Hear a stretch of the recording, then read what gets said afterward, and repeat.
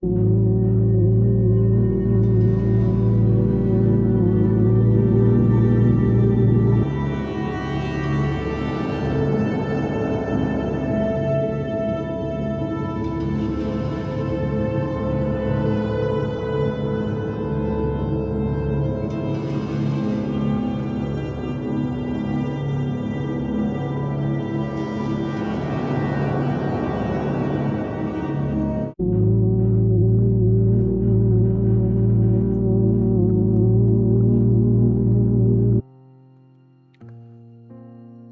what's up?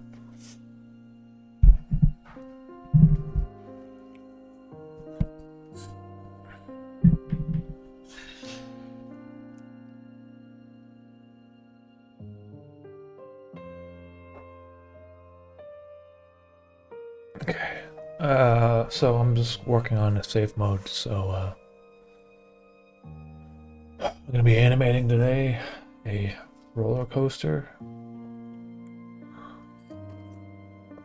But I'm gonna be using this kind of like animation technique where you only draw like one thing and then repeat it in After Effects or something. So it's like one car of a roller coaster.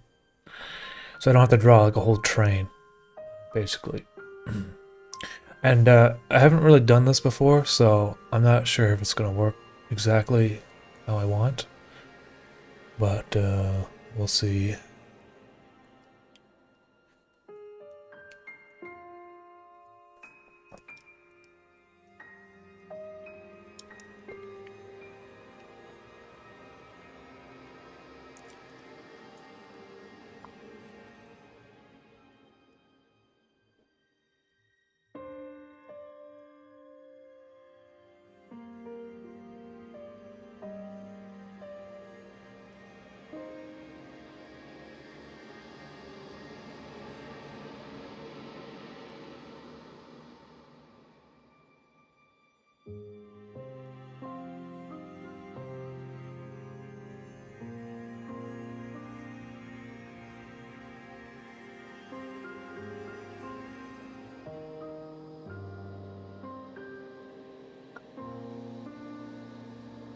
What's up, Bad Tunes? How am I doing? Mick? I'm doing okay. Doing alright. Just I was doing some painting the past couple weeks, and I got new painting. You can see it up there on the top. Painting a Caroline up there. Is it like rotoscoping? It's not really rotoscoping. I don't know what the technique is called, but I've seen it in some Studio Gilby movies. Mr.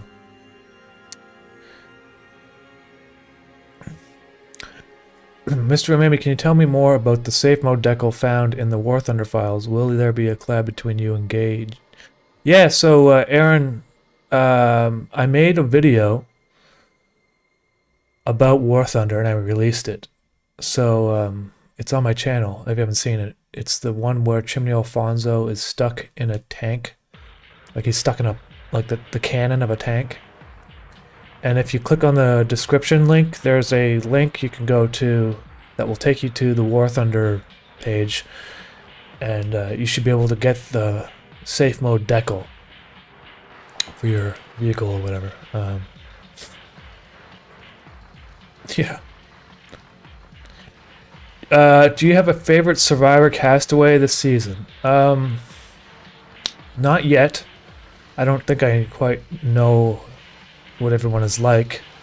However, that one guy that kind of freaked out about no one cheering for his coconut was kind of funny. And I might be rooting for him now just because he's causing havoc on the show, and that brings me great joy. To watch the show. It's like they've been having too much normal people for the past couple of seasons, and I'm like, man, we need some people causing problems, you know what I mean? So the whole coconut thing was a little bit strange, and I thought that was good old-fashioned drama. So I'm rooting for him now, and hope he stays and doesn't get voted out immediately. Like,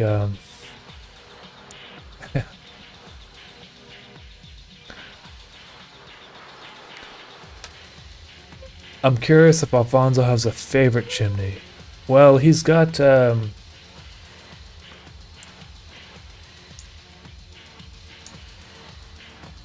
making another Chimney Alfonso video called Chimney Alfonso Checks You Out with Allie and Carolina. Another crayon one. And that is, there's going to be some more pipe lore.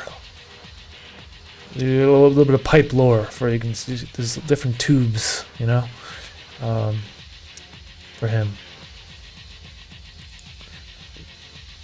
That A Date with Chimney Alfonso video is doing pretty well on the festival circuit. It's on this Thursday, coming up this Thursday, it's going to premiere at the Ottawa Animation Film Festival, and I'm going to be there. And then it's at the El Paso Film Festival, like the same week in Texas. And I just heard back that it will be in the, there's like a Swiss film festival for short films called,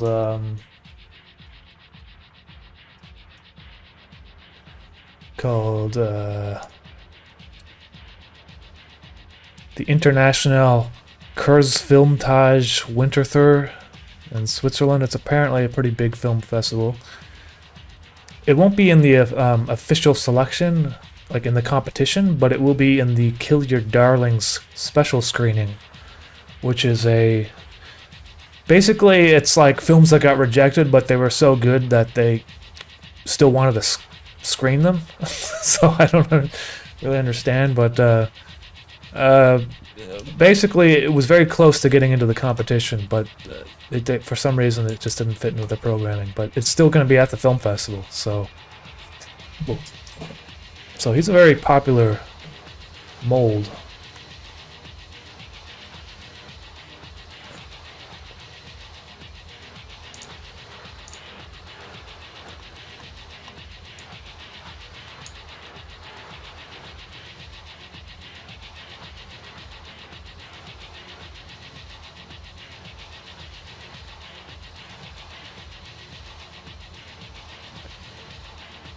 Edwin, yeah, I should probably put the lyrics somewhere. Thank you for reminding me. I'll try to figure out where to do that. I think I don't know if I put the lyrics up anywhere, to be honest with you. Do you have any advice for the 9-to-5ers that pursue animation after work? Did you have to take this route at points in your career? Pear Gorge. Well, I've always told people that basically if you're just breaking into animation or you're trying to make a name for yourself and you're trying to do it online and stuff, I think it's best to start with like really short stuff and try not to like spend too much time making something long. Like, it's probably better to put out 10 30-second animations than it is to put out one 3-minute animation. And that just will allow you to figure out your style and also to figure out what's resonating with people, because, you know, you could spend 3 months on one animation and it doesn't resonate with people. And it's like, I do it all the time. I put out animations, you know, and sometimes it just, the algorithm doesn't give a fuck about it, or people do find it funny, but it's not, you know, shareable or relevant on a broader scale. So that's my only advice. I mean, you can do a 30-second animation in, like, if you're working full-time, you could probably do a 30-second animation in, like, you know, a week if you spend an hour or two every day, right? Or, you know, and I think that's doable, right? It's because it's honestly, working full-time and then doing animation, like, in your off time is, like, it's very, very difficult.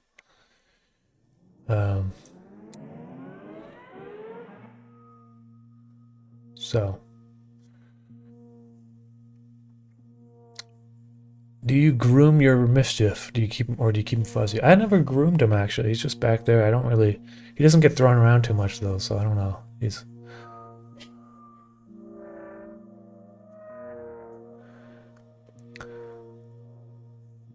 Hey, Jack Spasson, thank you for that. Hey Umami, what do you think of UAFX pedals? What is that? Is that UAFX? Is that like a sound company?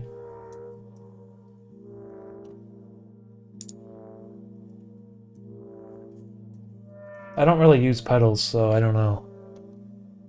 Guitar pedals? Yeah. I've never used them. I don't have a guitar pedal, so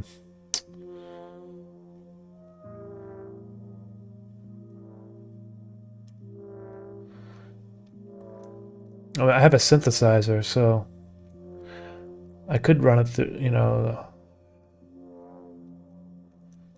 I just don't bother. I just got, you know, I put the effects on in Logic basically. I don't know, man. I think that's a good company though, isn't it? I've heard about them before.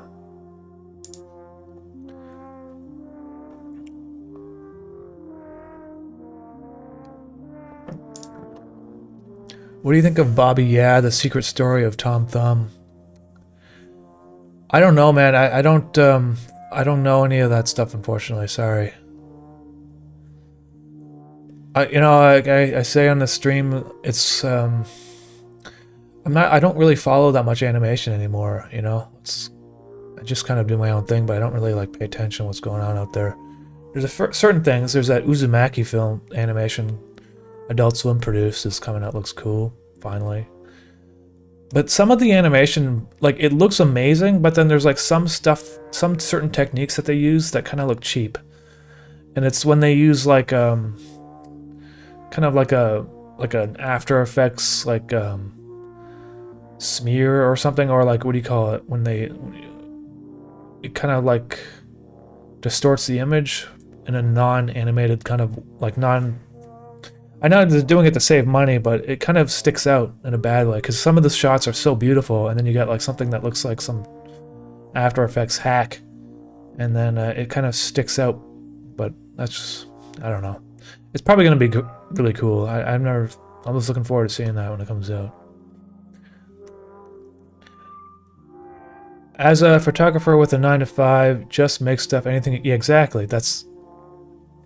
I'm telling you, like, it comes with painting and animation and music and stuff. It doesn't really matter. Like, don't get too precious about what you make. It's about quantity.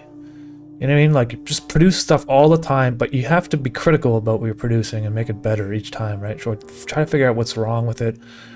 You know, if you stagnate, if you don't try new things, and you just keep doing the same thing over and over again. So, but realistically, that's the only way that I was able to improve, is just doing things over and over and over again, but like in short little bursts, you know, like don't just put all your eggs in one basket, you know.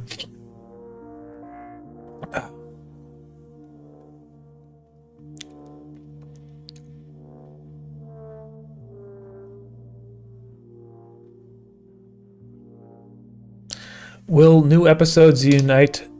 Will new episodes united in the whole movie like interface was? I'm not sure what you're asking me there, but safe mode is different in the sense that it's progressing through time, but doesn't necessarily mean that it will tie up loose ends from the past.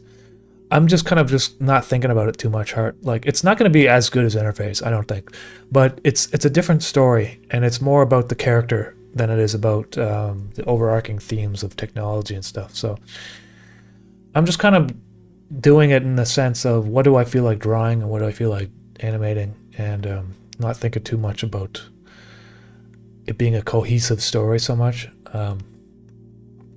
But when it's all finished, I will link them all up together and release it as a feature. If that's what you're asking, yeah. It just might take me a lot longer to interface because I'm not producing shots as quickly as I was doing before.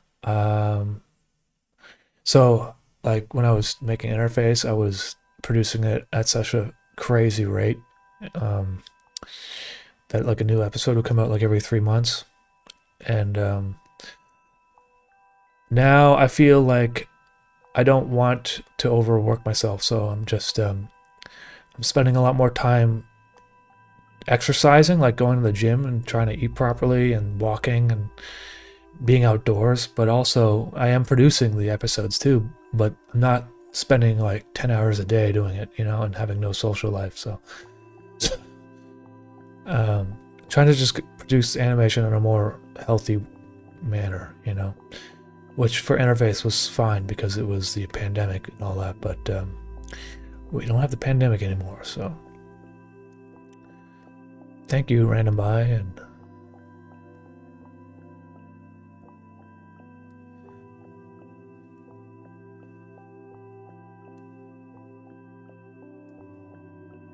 I'd love to hear about one of your favorite smaller animators because you're one of mine. I appreciate that, some dude. I don't really know, man. When I started animating on YouTube, there was like a little community of people I used to follow, but they all kind of like stopped or kind of moved on, you know? I don't know who's really producing animation today on YouTube that I like look forward. Well, a Fox in Space.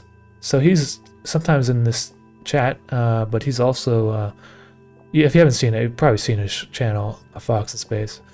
He's one of the best animators, like in terms like of on YouTube for sure. Like absolutely like top 0.01% of like animation skill, and I really like the atmosphere and the stuff, the mood stuff he produces stuff. He's about, I don't know, I wouldn't say he's like a smaller animator. He's about the same size as me, I think. Ethereal Snake is still active, but he's around still producing things, and they're very good. I don't know what's going on with Pilot Red Sun. I haven't seen something in 3 years since people move on, man. They get lives. They do things, you know. Maybe he's got a good job doing something, or he's just messing around doing other things, you know. I don't know.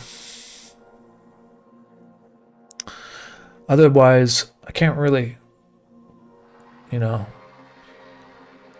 What's that channel?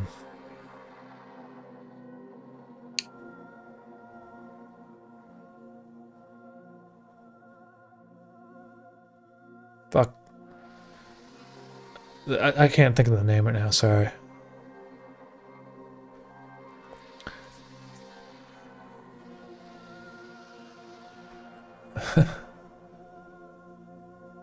Where can I meet musicians in Montreal? Fernando Campos. You can, well, you know, I met some musicians from, I used to take drum lessons, so I'd go to this drum studio, and I'd be there a couple times a week, but I don't take the drum lessons anymore, so I decided to stop. I know sort of how to play the drums, but I don't, it's not my ambition in life is to become a great drum player, so also it's kind of expensive, honestly. Every time I go in there, it'd be like $25 or like $20, and that adds up, you know, twice a week. So, and you know, if I need drums on my music, I just hire someone. So that's a good place you can meet people, though. Maybe. Honestly, I didn't meet that many people. So I'm kind of like socially inept a little bit to some degree. I think I have like some degree of like I don't know how to talk to people. You know what I mean? I met some people though. I met a few friends there. I don't go to music shows though very often either. You know, I've gone to like I've gone to a handful, and I just kind of like listening to music with my headphones on at home. I don't really like going to live shows and stuff. So I don't know, man. How do you meet musicians? I don't know, dude. I tell you something. I went to this one thing in Montreal. I went to this composer's workshop for SOCAN, and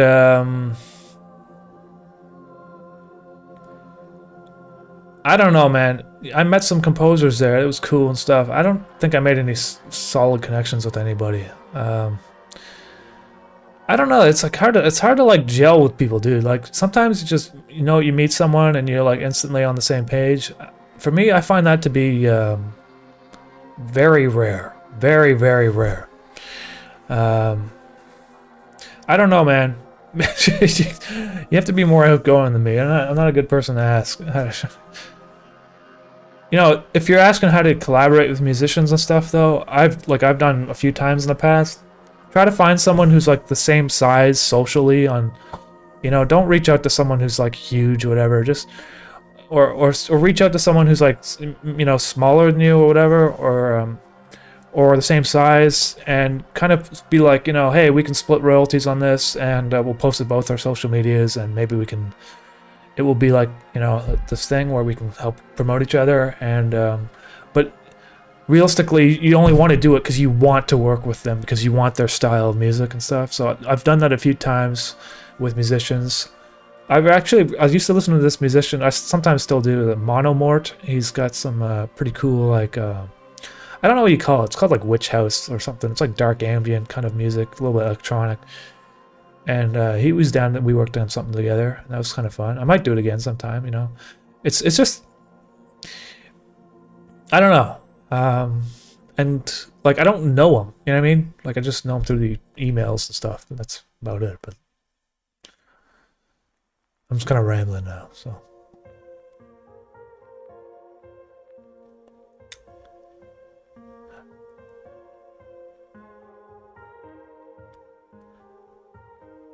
Toad Throne, sorry man. I really don't even really watch stop motion stuff at all. Like the last thing I watched that was stop motion was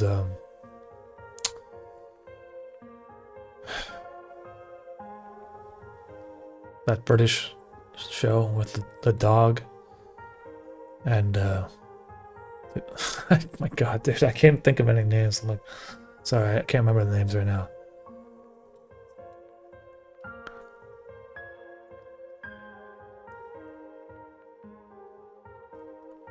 Meetups often attract a certain egotistical crowd, in my opinion. I see it a lot in my creative field.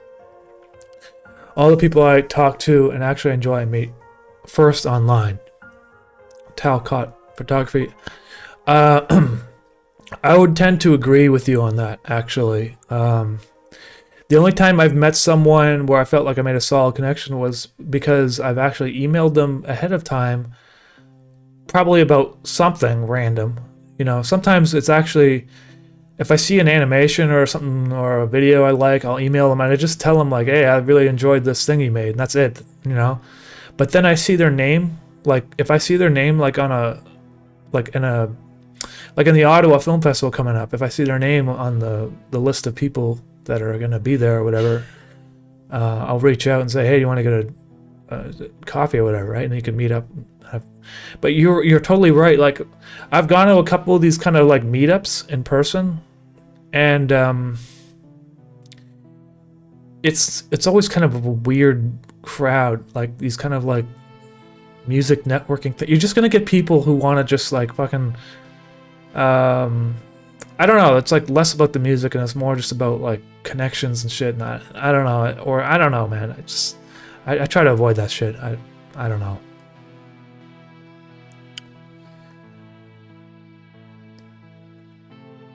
Oh yeah, Lee Hardcastle is doing stop motion on YouTube. Well, probably one of the few ones that are like still doing it, and like not just with like Lego and stuff. And I met him actually briefly in Toronto last year. Just basically said hello and stuff,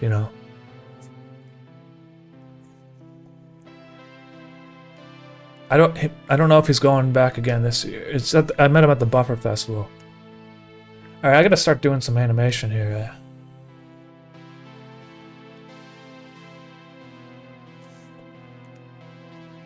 Okay, I need to like draw.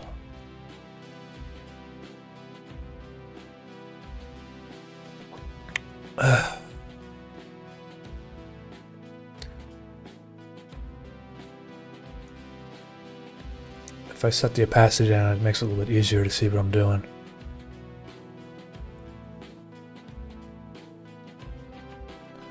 Because I'm going to be drawing a train.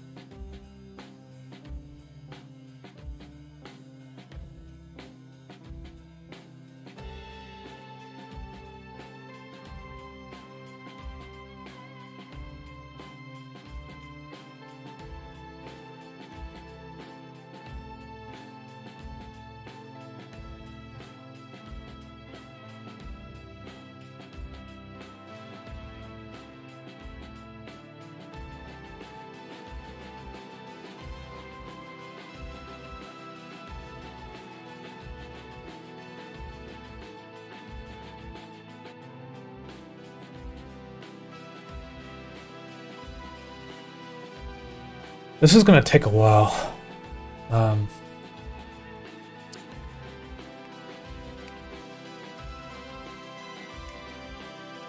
But hopefully when it's done though, it's gonna look cool. It's a the technique is supposed to look cool when it's finished. It's supposed to look really.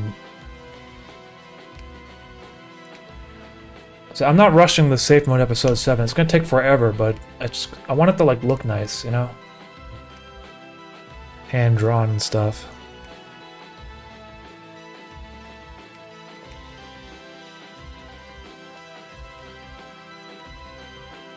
Wall synchronis. Yeah, that's what it's called. Wall synchronis.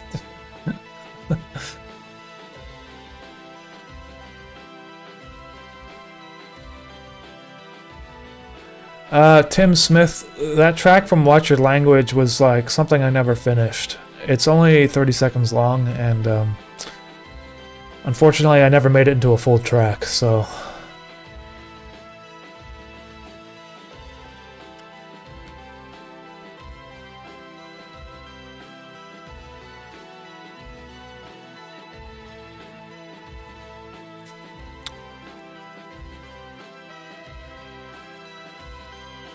What's the most time you ever put into a single project?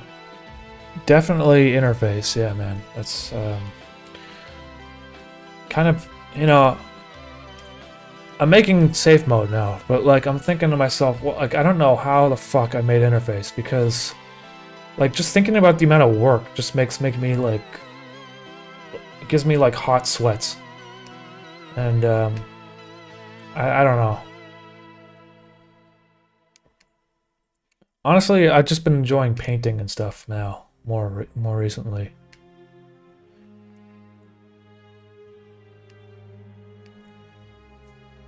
Working on things that are more singular and require only like one, like,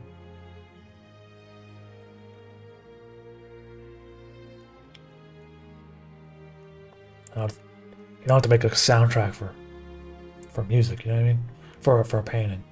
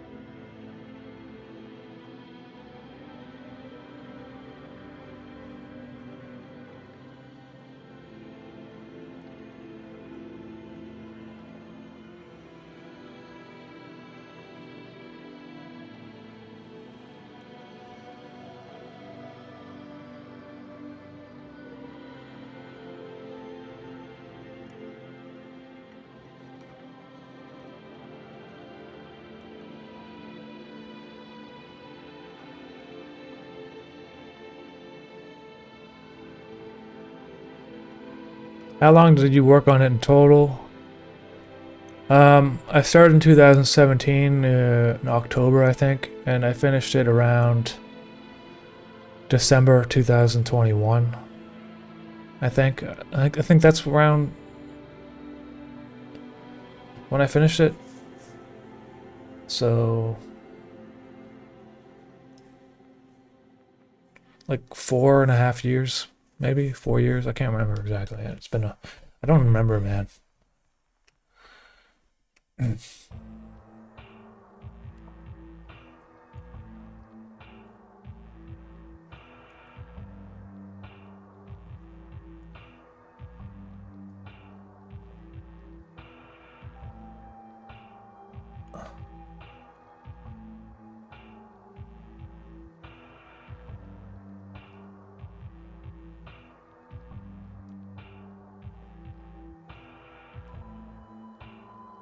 like how this freaking train is like changing shape as it's only been 3 frames. I gotta maybe scale it down a bit.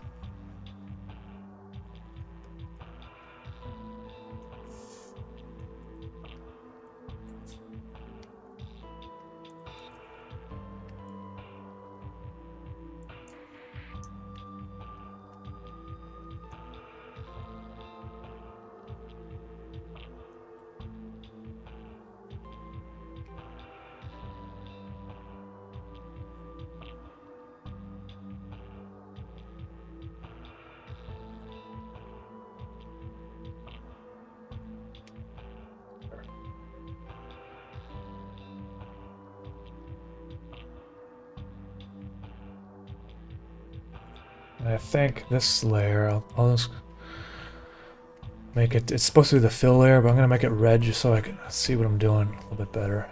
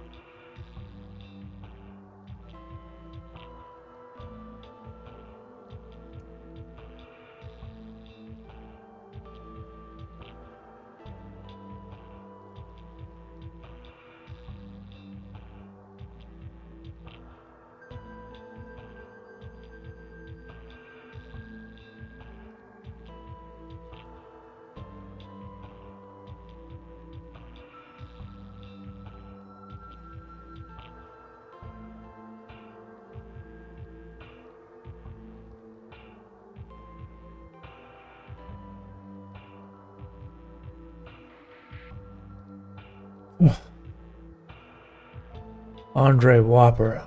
I'm 34 now.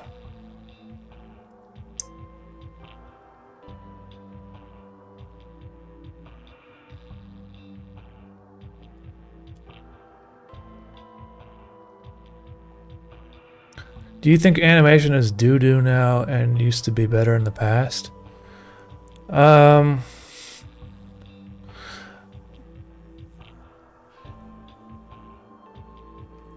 I think there's an over-reliance on rigging in animation these days, and it produces a really flat kind of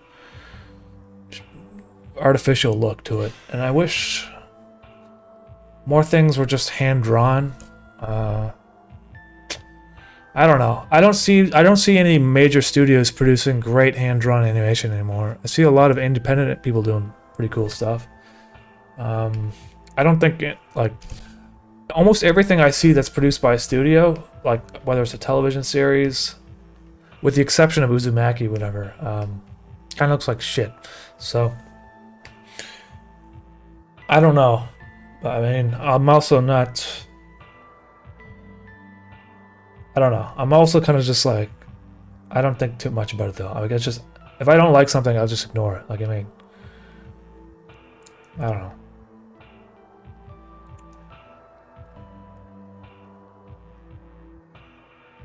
It does frustrate me a little bit sometimes, seeing how it doesn't seem like studios care at all about aesthetics. They only care about like just like the who's like the famous person we're gonna put in this movie, and then Like, what is the most appealing topic? But they don't care about how it looks is like the last that they're concerned, you know? Or maybe it is. I don't know.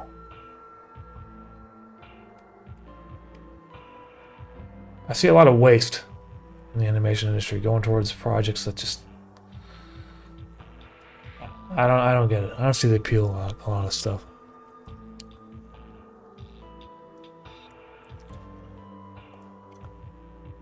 Is there a technique you use where when you want an object to move towards away from the screen in perspective?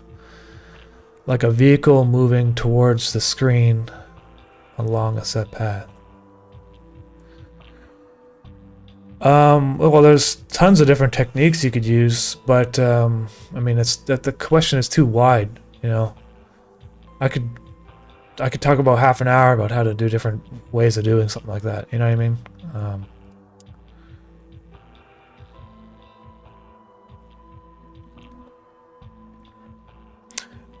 But I will say that in After Effects, if you're bringing something towards the camera, it's better to do it in 3D space and use the Z-axis instead of using the scale tool to scale things up to make the illusion like it's coming towards the camera.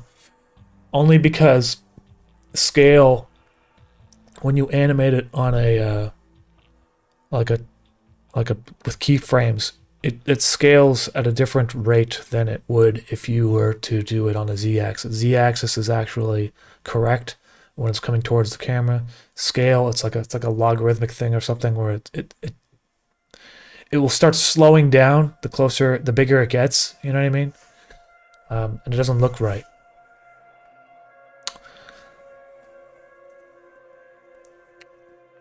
Nox, yeah, I have seen the Big Les show. I haven't watched it in a long time, but I'm definitely aware of it.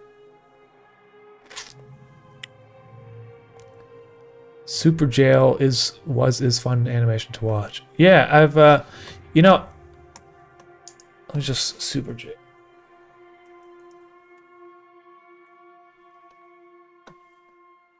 Christy Caracas, yeah. I've never actually like watched Super Jail. I've known about it, I've seen it, but I've never watched it.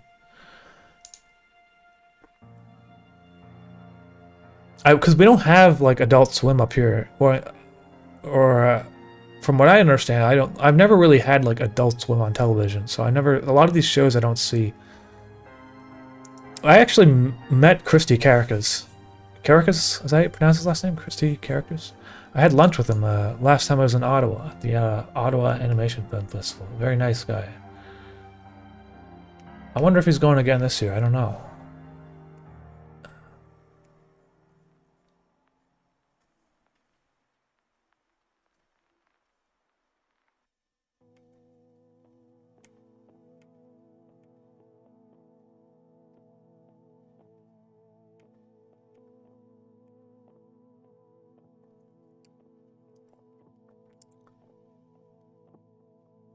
I appreciate that, Fergus.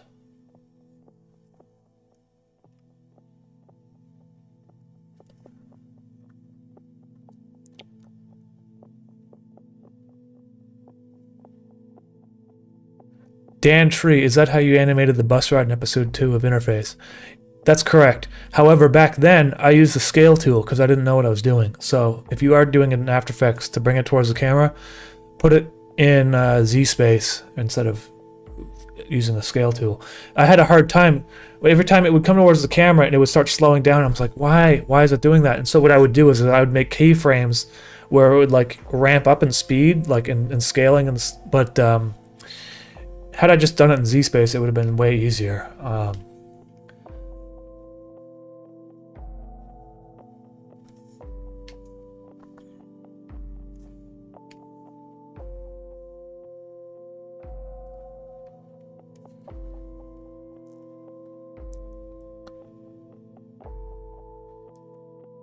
I gotta sit up properly. Like this mic is too low, maybe.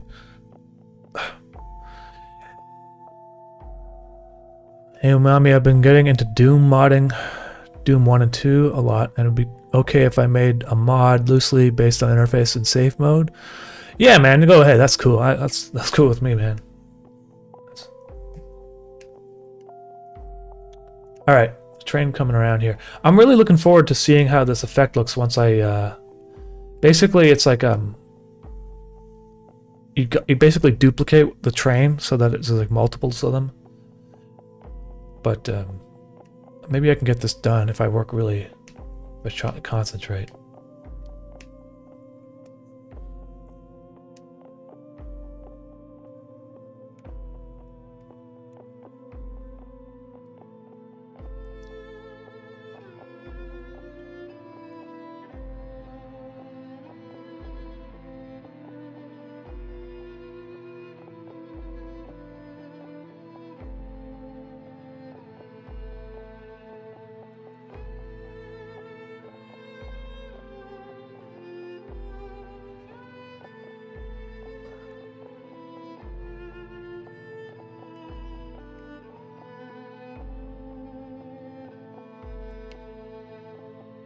Andre Whopper, I have seen 2001: A Space Odyssey. I've only seen it once though. I've also seen the second part. What's it called? 2012. I like that one too. Actually, I find the first one. It's Stanley Kubrick, right? And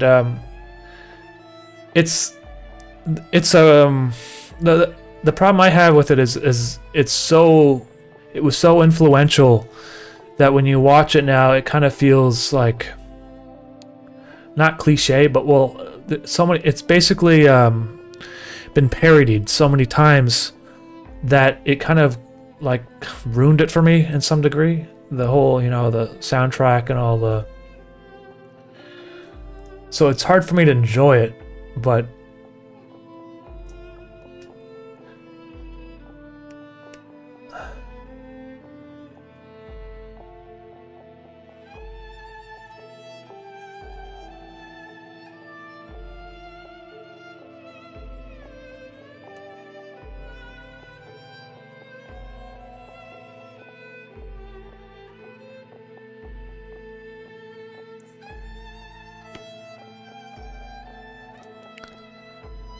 2010, and it's not a Kubrick.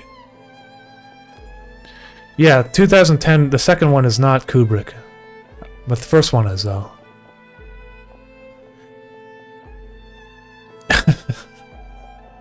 I tried to watch it again, and some of the scenes were so long.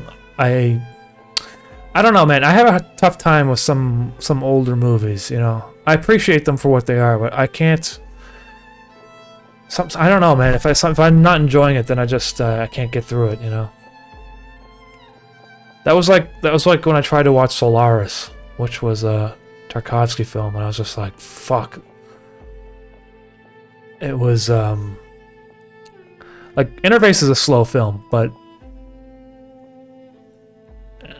I don't know, man. My patience is tested sometimes when I watch these films.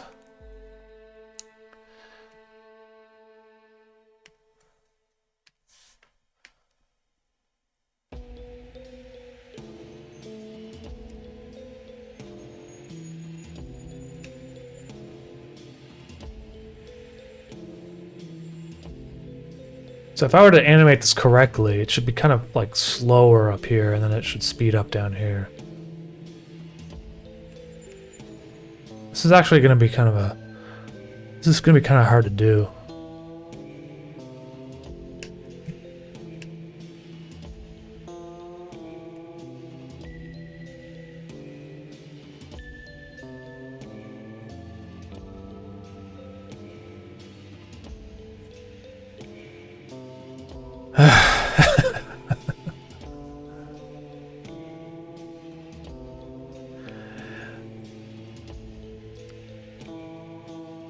Yeah, maybe if I smoked some weed, I could get through Solaris. But I don't smoke weed anymore, so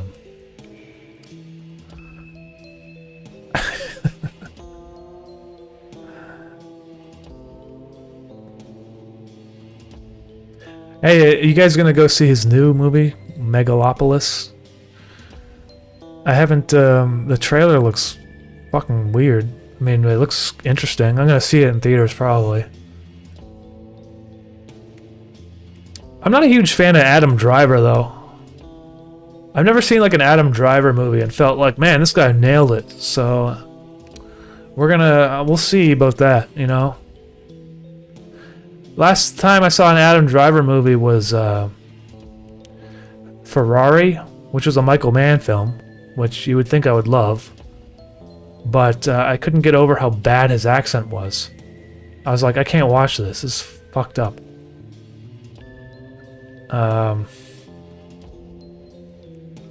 Just like cast an Italian, you know what I mean? I don't think Adam Driver's Italian, is he?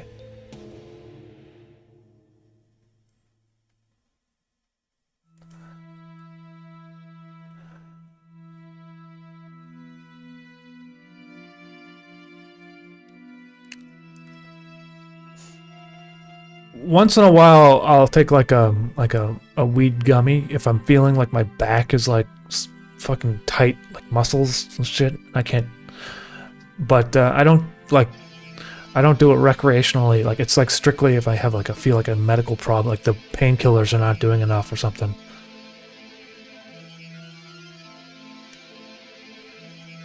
But I don't know. It's been like. I don't know. I think my mood's improved a lot. I stopped doing it, and I've been microdosing on shrooms though. It's like 0.3 or 0.5 every once in a while, and that's been helping a lot actually. I think it's I don't think it's like negative in the way that the weed was. So.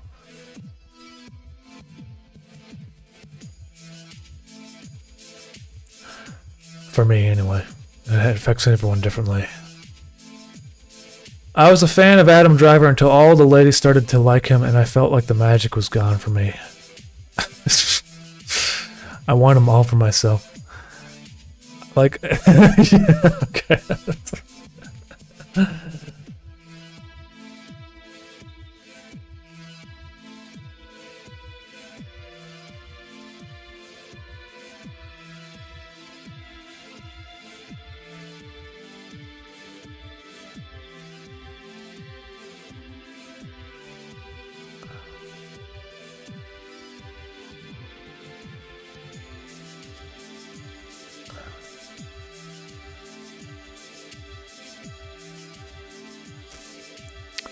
Mr. Some Guy Person 2, I'm working on safe mode in this exact drawing, so it is being worked on. I'm not like killing myself to get it out there. I'm just it's being worked on.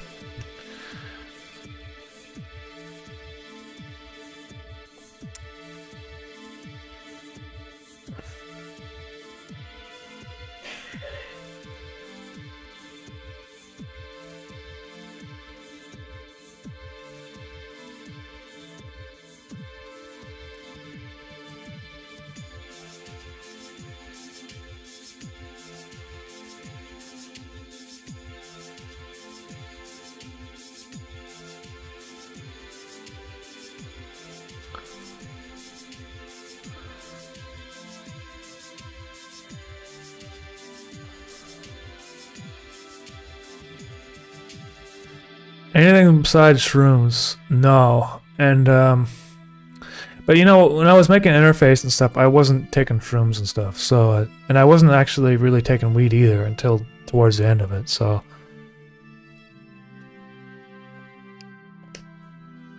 I'm not gonna try anything else because I had I don't think I think I had enough psychedelics, you know.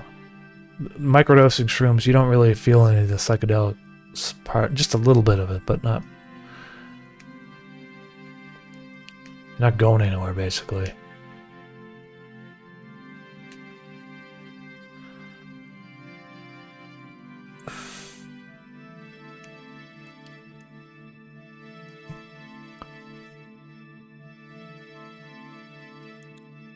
Thank you, Dan Tree.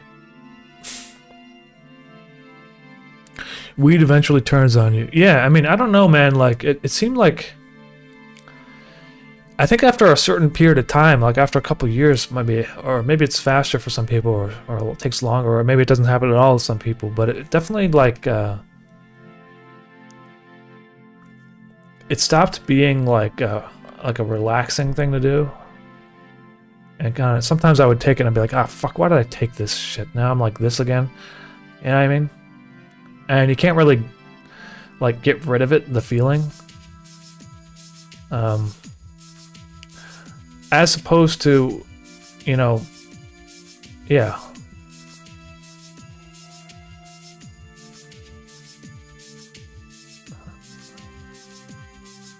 That's it. That's all I'm gonna say about that.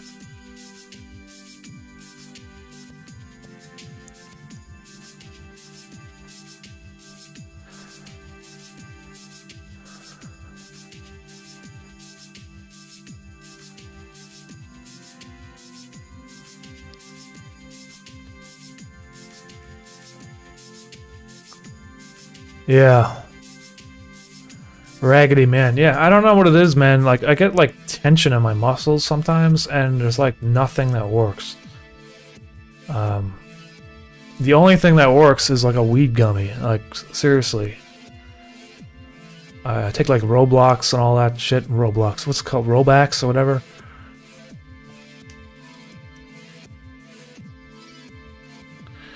And, I don't know. Yeah.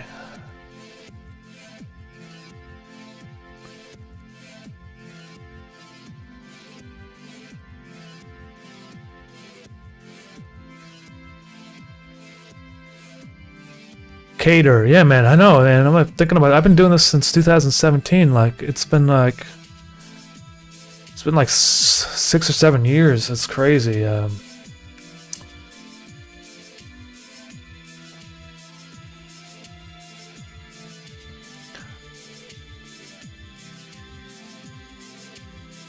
I don't know though. I mean, like, if I feel like I'm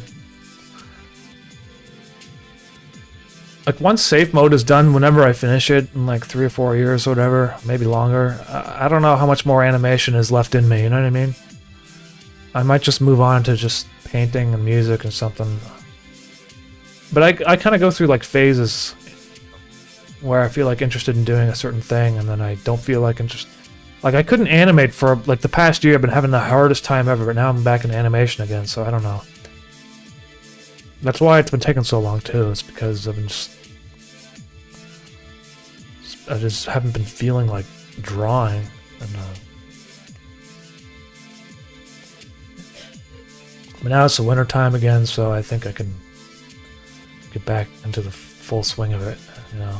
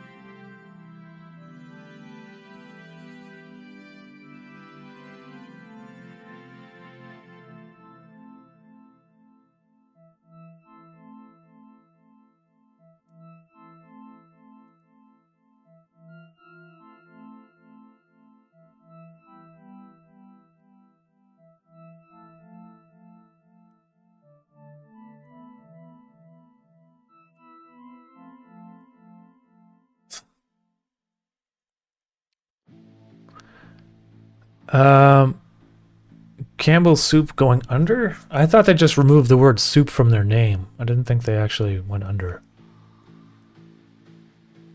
I don't know. I haven't been paying attention. If they go under, though, it's because their fucking soup kind of sucks. Like, even the Campbell's Chunky is like...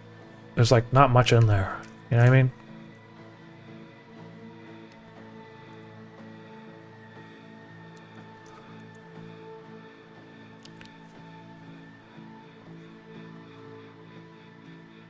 They gotta get with the times. They gotta start making better quality products, you know what I mean? Less sodium.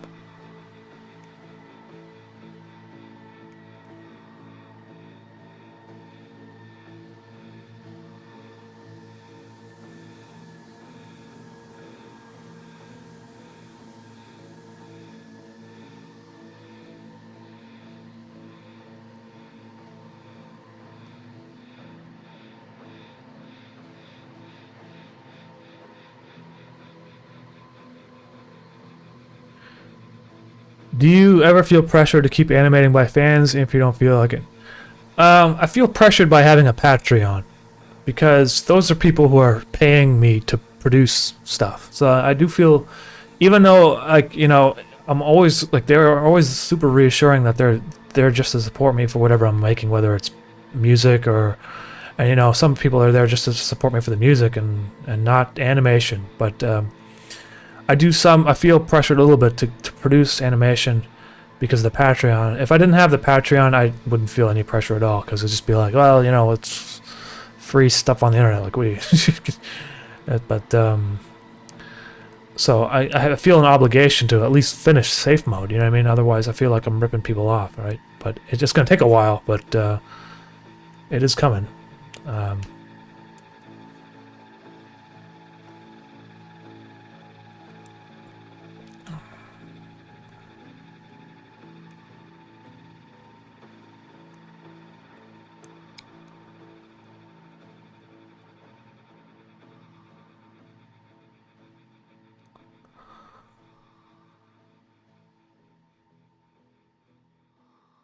Pure Gorg, yeah, I kind of I agree, man. It's like it's it's the it's kind of nuts, you know, how much you have to produce as an artist these days. And it's with YouTube, it's like, fuck, man, you gotta compete with like friggin' React streamers and shit, and it's just like you really have to be like strong, like minded about why you're producing what you're doing and stuff, and unfortunately, the you know, it would be less of an issue if the algorithm wasn't so goddamn stupid. But that's just the way it is, and it doesn't seem to be changing. So I don't know. It's just I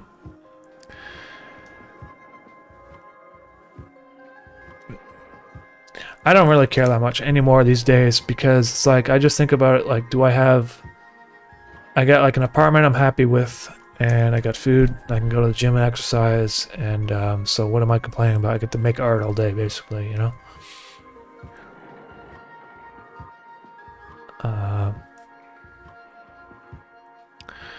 Your accent comes out with the A's. Probably. I mean, I don't know.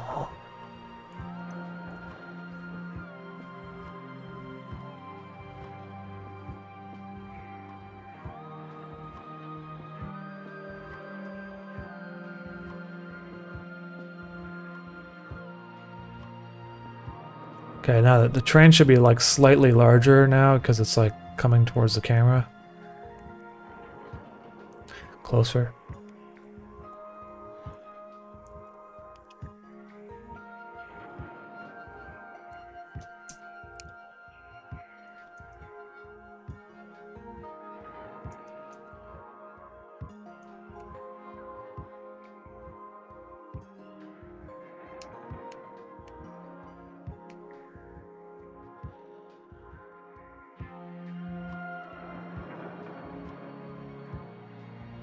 I've never done this technique before, so like if it doesn't work, I'll have to figure something else out. But for now, I'm just curious to see how it looks.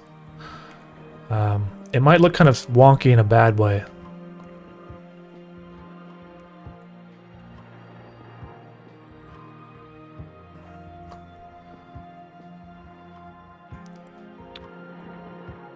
Mammy, where does the dark hair and olive skin come from?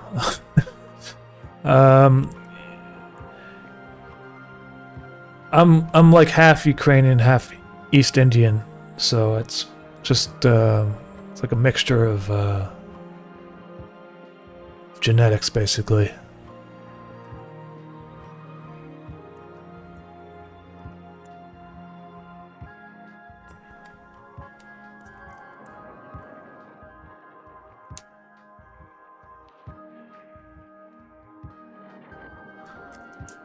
I can kind of like fit in with any ethnic group.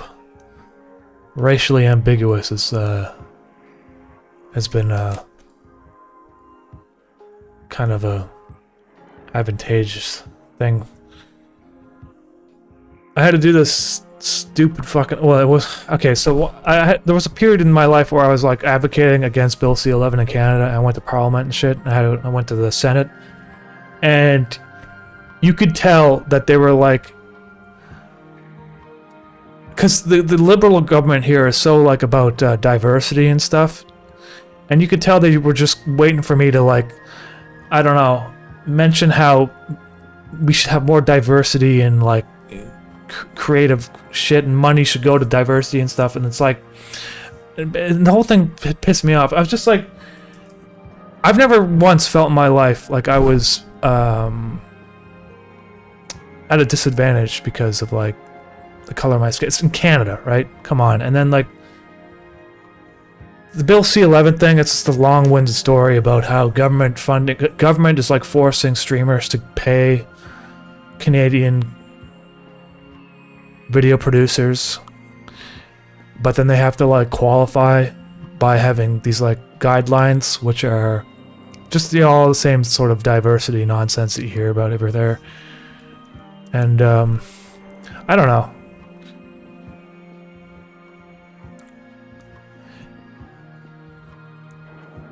It's like, I grew up in Nova Scotia, right? Which was like 99.9% white people.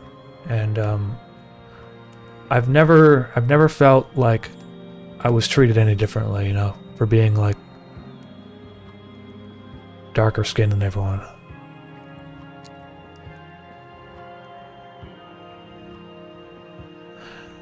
But the whole like diversity thing coming out these days in Canada is just like, it's so over the top. It's like permeates like every single creative industry to a point of insanity. It's like people can't just produce animation or music anymore without having to without their identity being like reflective in their bio or like their goals as an artist. And when you go to these creative events or like, you know, these kind of like government funded things, you just know they want you to like talk about that aspect of your work and how it influences you, and it's like it literally doesn't make any effect on me at all. It would be great if people would just like, you know, focus on the artwork and not the I don't know, the identity politics behind the artist. Like that seems like to be such the upside down way of looking at artwork these days. And I think it negatively impacts the quality of Canadian art because everyone's focused on the wrong things. That's my just kind of boomer rant about shit like that. My ideas on it are like really not like strongly thought through. So it's just kind of just kind of like a rant, basically.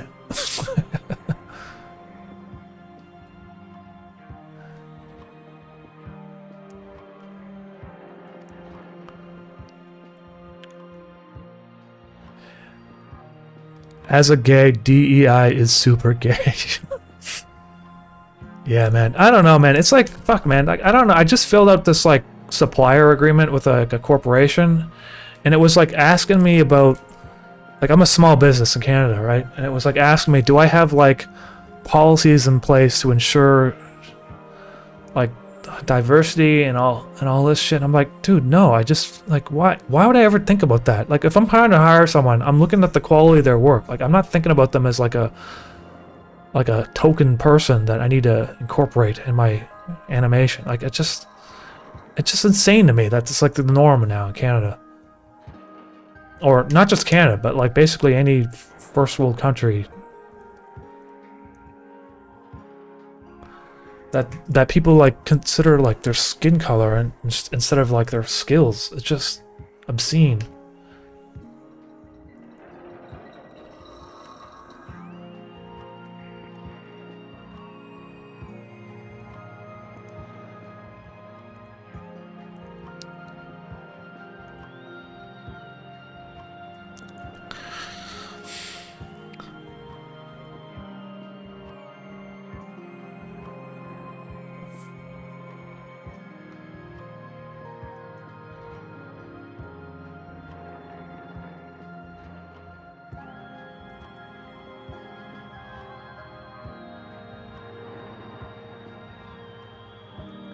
It's a touchy topic, though. I don't really like to talk about it because, like I said, I'm not really like... I don't really think about this stuff too much, so my opinions are on it are kind of just end up sounding like boomer rants.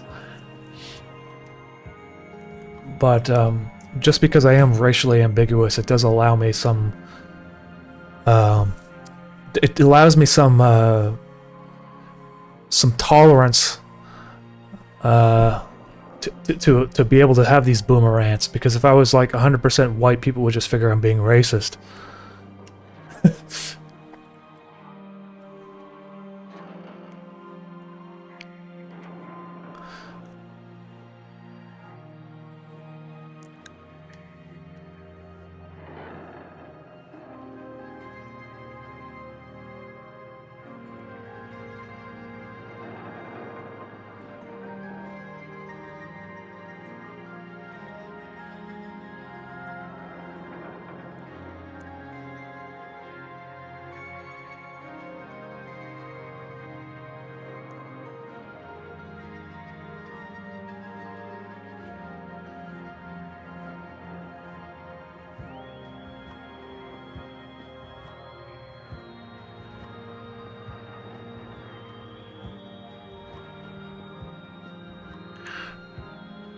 I did miss a spot. I missed a couple spots there. I missed a lot of spots.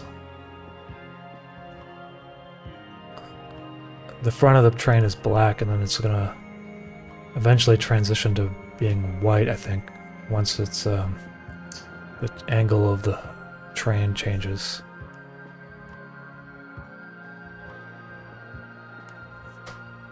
Which is probably gonna start happening very soon.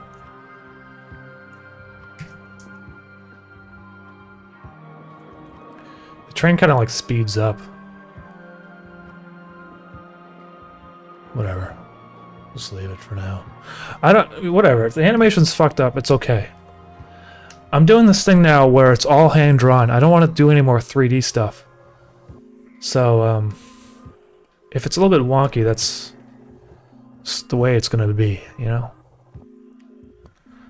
I don't like, the 3D... I went crazy with Safe Mode Episode 6 and the 3D, but I kind of hate doing 3D stuff, so that's why I decided cold turkey, I'm going to stop. There's a little bit of 3D in Episode 7, because it's something I did like a while ago. But,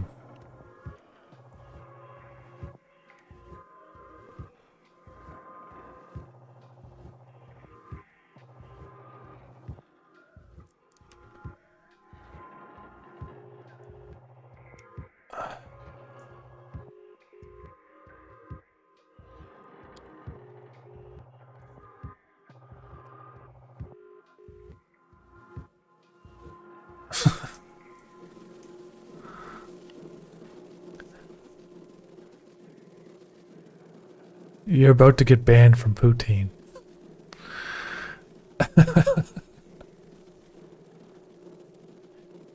Yeah, I think the wonkiness is what people like. That's the little shit I liked about wonky stuff in indie animation. I like the wonkiness is the charm. You're right. When it looks like too perfect, it's almost like boring to watch sometimes.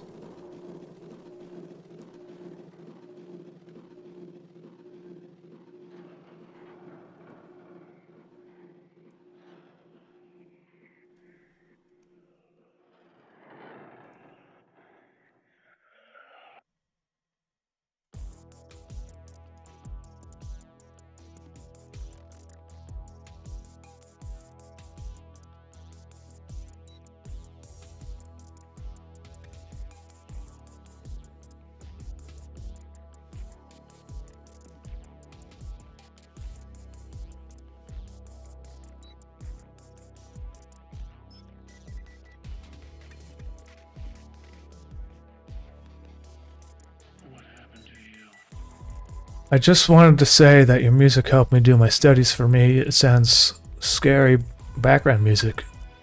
And it keeps me awake long enough to pursue my dreams all while it's sounding phenomenal, excellent. Hey, appreciate that, Precious Hill.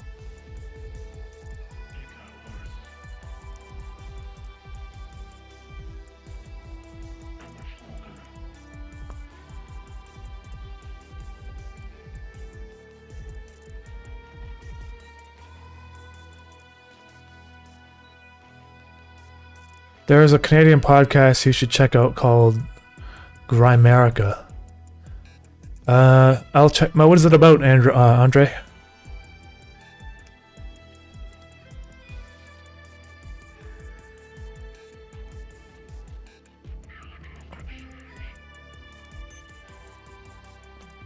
Says the train here is getting bigger.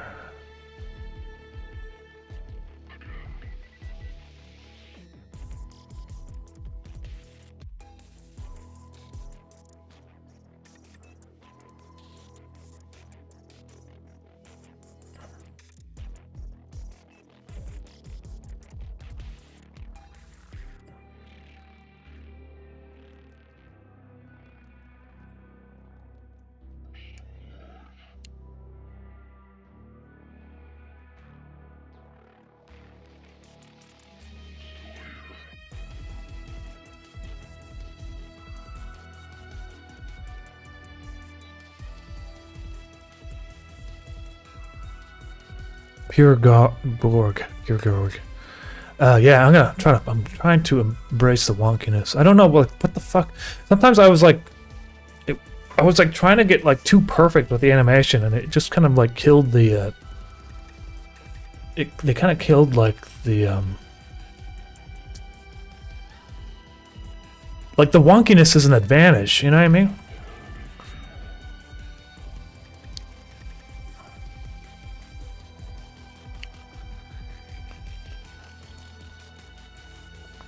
That's the hard thing about sometimes being an artist, is you don't realize what the charm is in your own work until, and then sometimes you like over refine until a point where it's you killed it. And that's why sometimes artists have like their early work is better than their later work.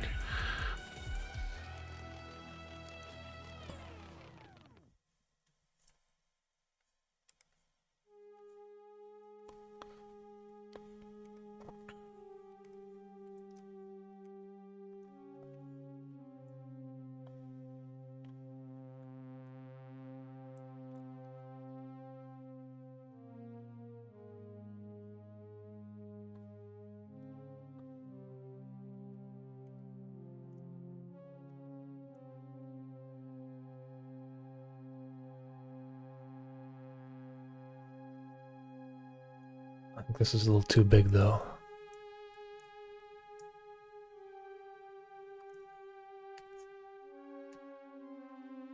Okay.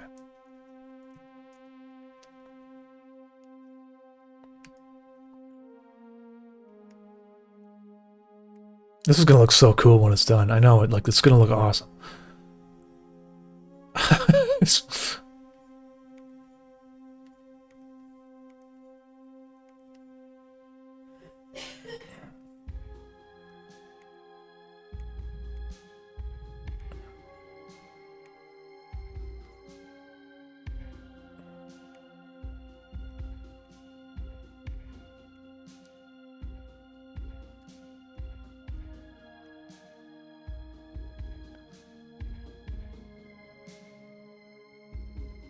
Some dude, appreciate it. Take care, man. Spicy things. Jeez. The wonkiness reminds me of the scene of Interface episode 19 where Henrik and Mischief walk along the landscape from afar. Henrik is just that little blob. Yeah.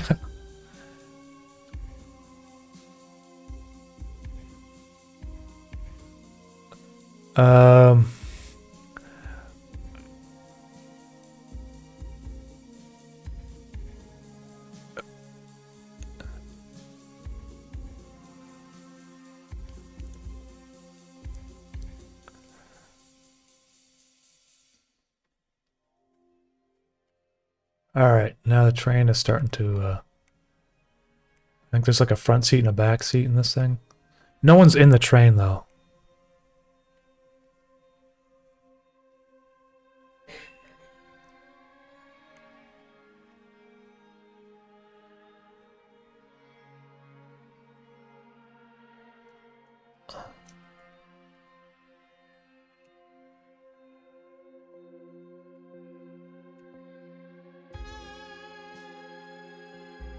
This language drew it a little bit too big, though. A little bit too big.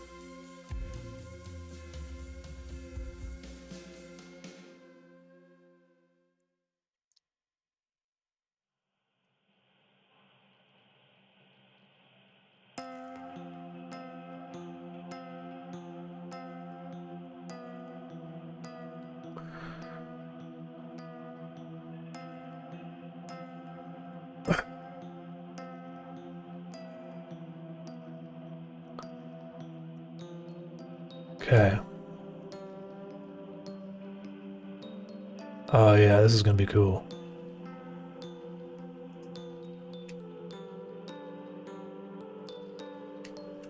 I think maybe 15 more frames, maybe 20. I can get this done probably today. I just want to, yeah, I'm gonna stream for another couple hours. It's gonna be, I'm gonna try to finish the roller coaster. Because it's picking up speed now, it's going downhill, so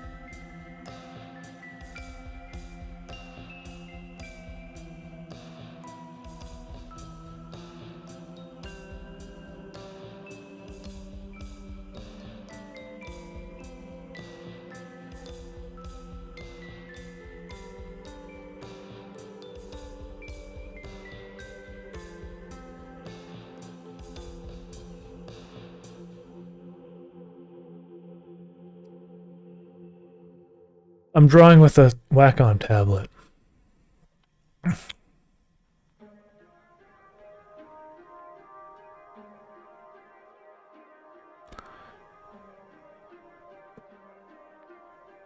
Hey Doma, welcome to the stream. It's not usually, I don't really have too much insightful things to say on a stream. It's usually just me rambling, but I assume that's probably what most streams are like.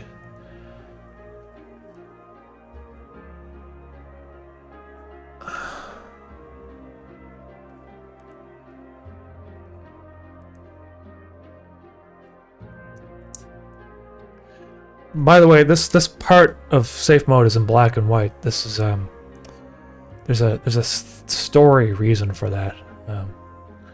Also, I just wanted to challenge myself to draw something like a scene in black and white. That'd be kind of a...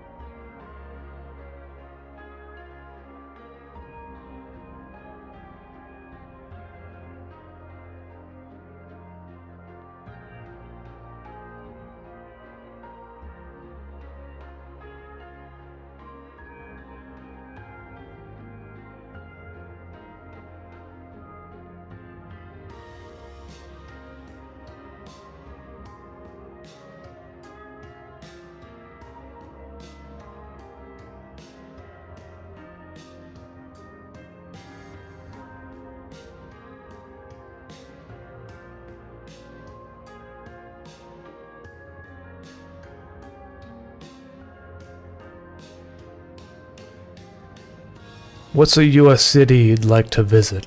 Probably New York City. I haven't been to New York City yet. I've been to Chicago, which I thought was a beautiful city, actually.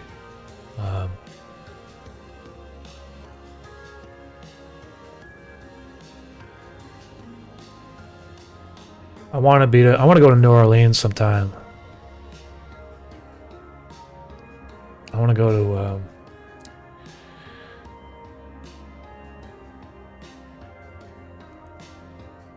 like southern states sometime.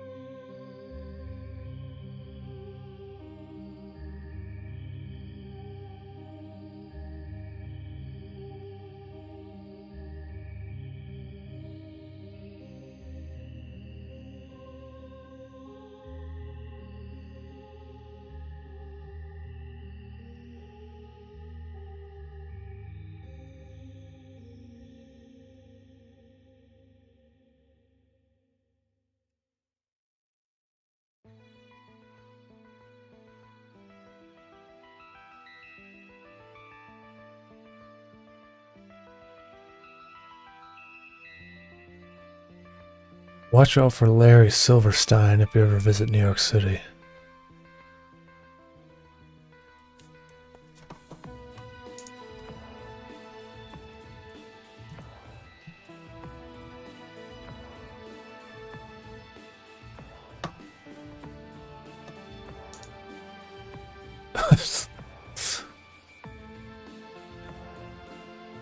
He's kind of got like a Larry King genotype. Well, he's got the same first name too.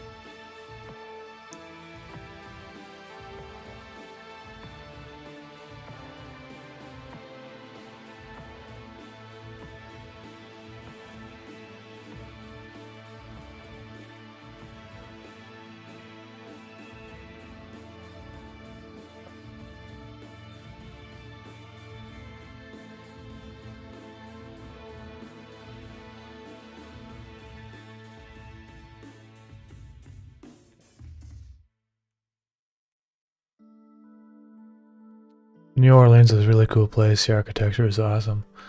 Yeah, I don't know too much about it. I mean, other than the, you know, Mardi Gras shit, which I probably won't go there for that. But I want to go for just to see the city.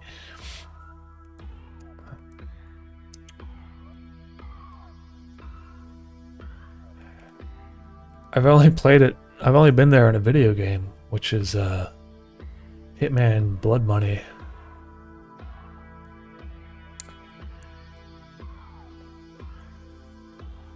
Okay.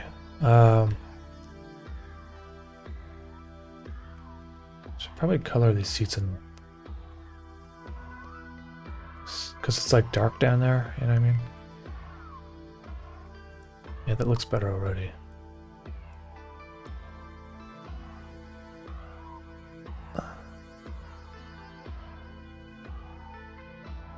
Some contrast.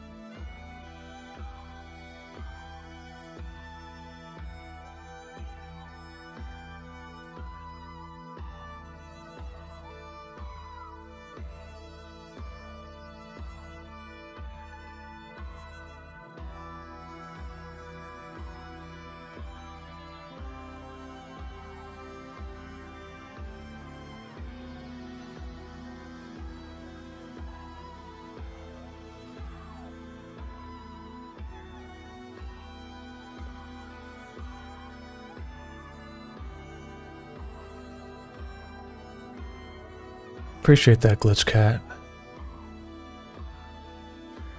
Don't think I've seen you in this deep of a flow state while live streaming. Yeah, man. Usually I'm kind of like way too distracted. But I'm determined to get this done because I think it's just gonna look good. But I really want to see how it turns out, basically.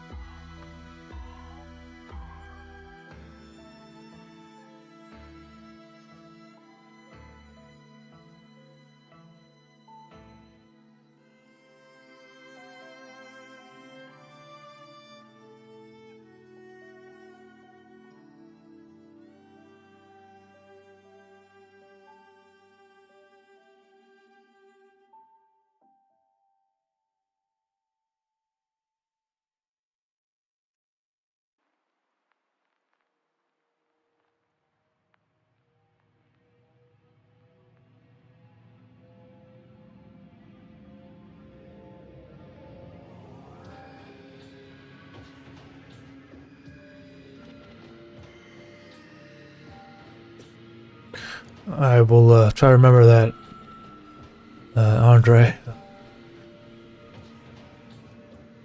Hey, thank you for that on the comment on the painting. I hate painting. Yeah, dude, I usually hate painting too. Honestly, even when I'm painting, I'm like angry, but it's pretty peaceful when I made that one.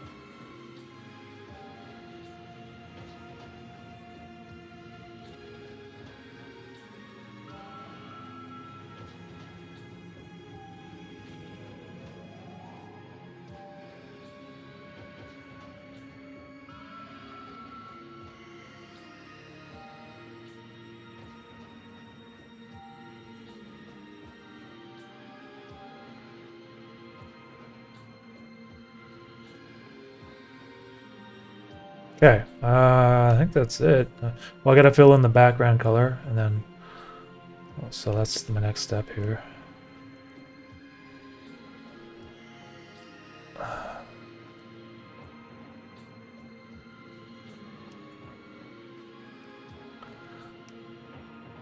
Unfortunately, it's not gonna take very long.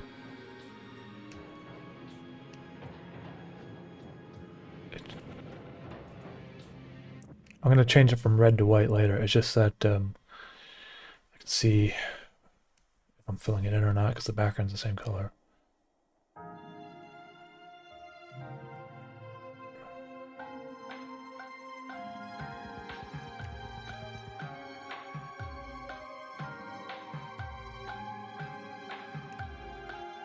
Oh, this one's missing wheels.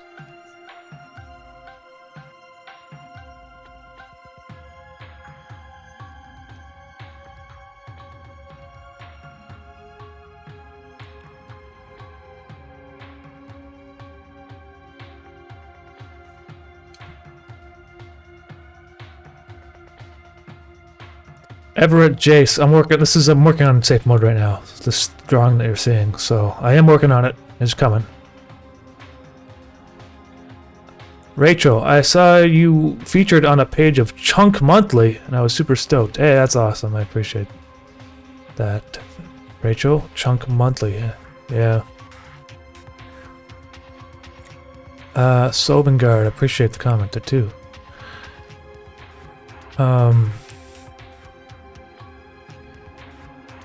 Yeah, so when I went to the United States, I went to the In-N-Out Burger, and it was very, it lived up to this reputation. It was very good. Also, your Denny's was like really good too. Maybe you guys don't agree with me on that, but I was like, you know, they didn't have real maple syrup, but I mean, everything else was like I liked it. I thought it was good. You know, we don't have like a proper diner chain up here in Canada, honestly.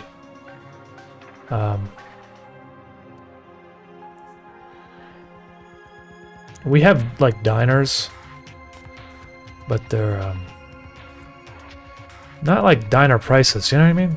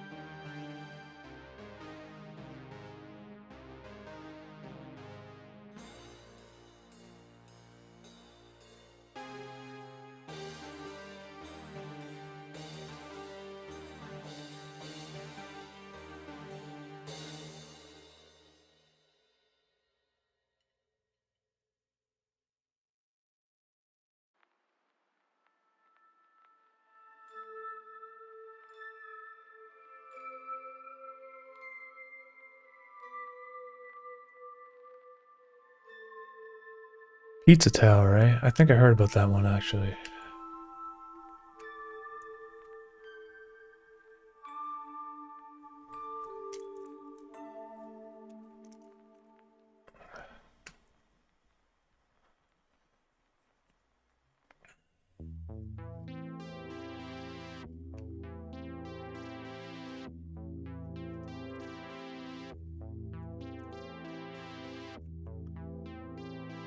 Okay, alright, so I'll get with my train here.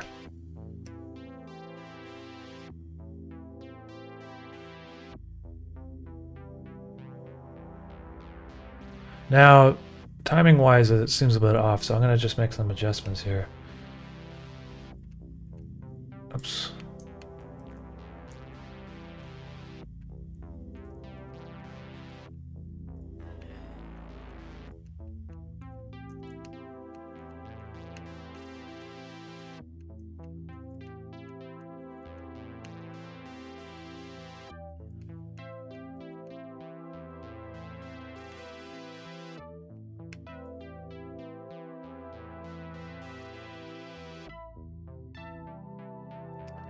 Basically, it just, I think the bottom part needs to be more quick.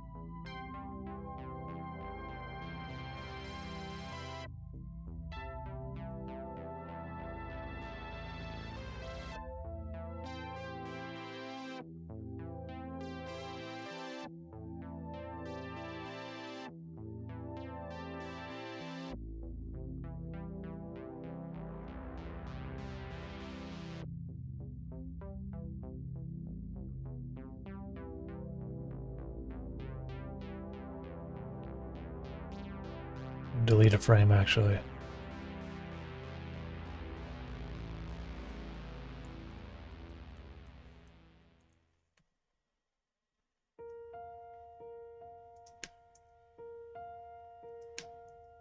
Yeah, it looks better.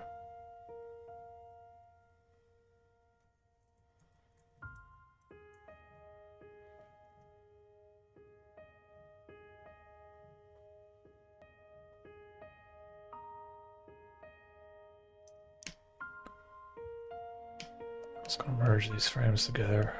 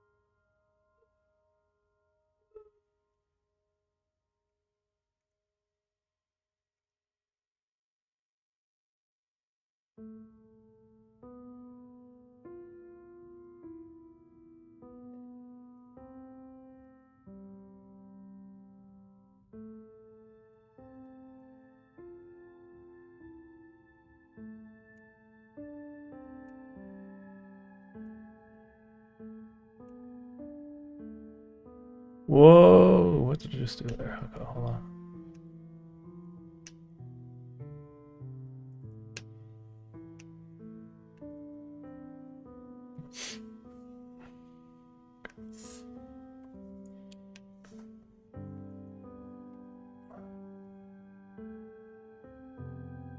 I'm getting close to being able to duplicate the cars so that we can see them all as if it were a train, but not quite there yet.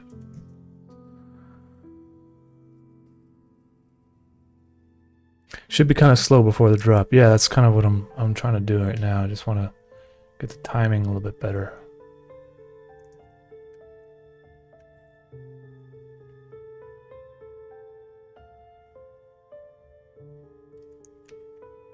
Like, I feel like it's...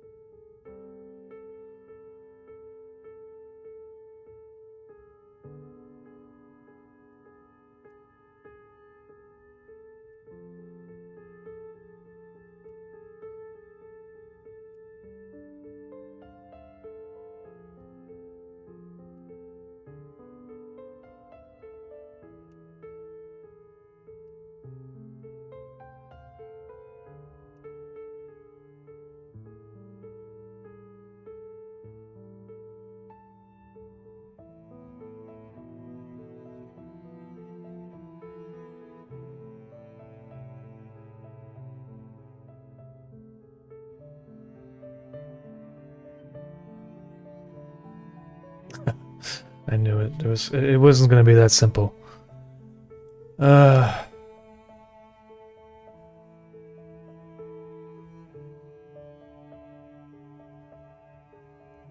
Think so. Probably the first thing I have to do is make them all consistently the same length, so I don't get those timing mishaps. And I think it was too fast before, so 2s is probably better.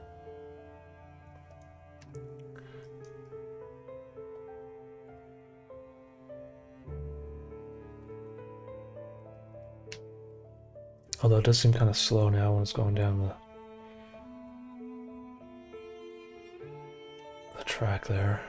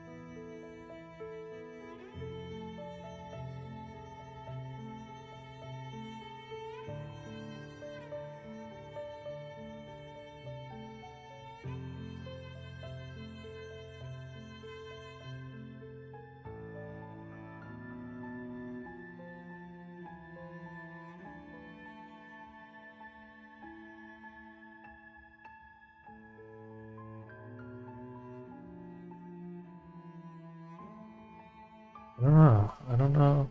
I don't know. Let's see what happens if I duplicate that again. It tells me it's not going to work properly, but...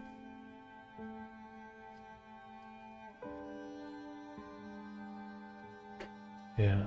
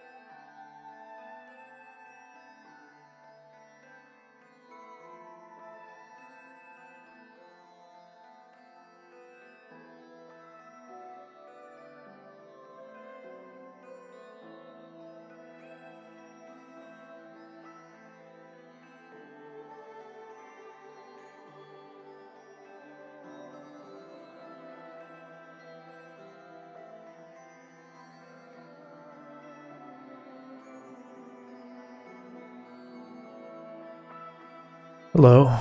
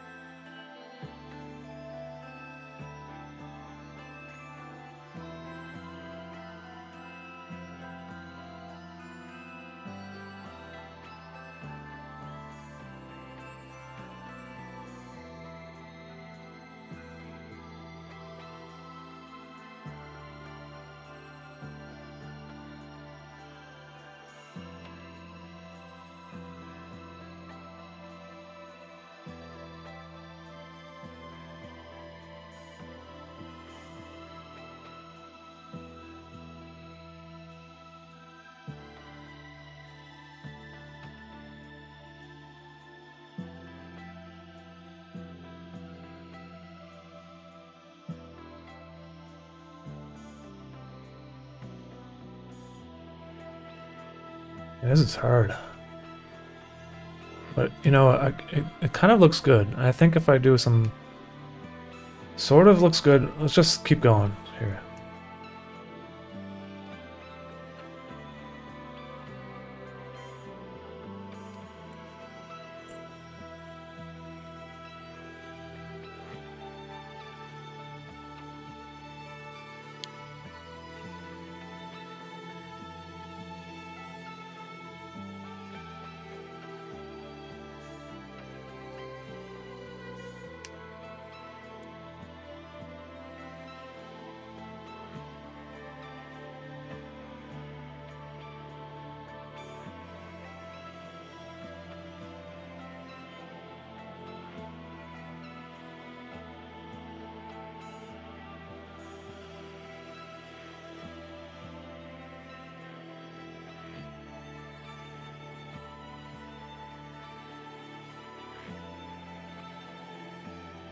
Oh, my fucking internet is this piece of shit.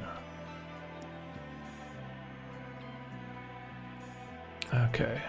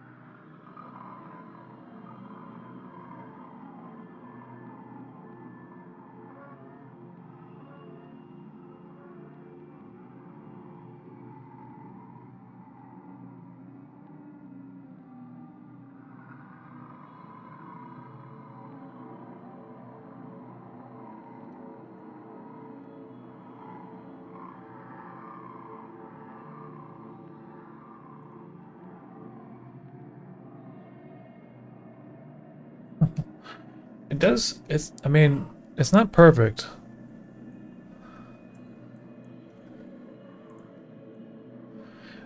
Is the stream still laggy for you guys?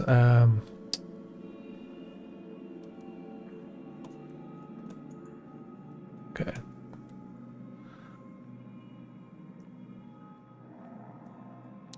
I'm thinking I'm gonna redo this. I just feel like I'm doing it. The way I'm going about it is messy. So let's just delete all these extra layers here. And what I think I should do instead is just adjust the individual frames.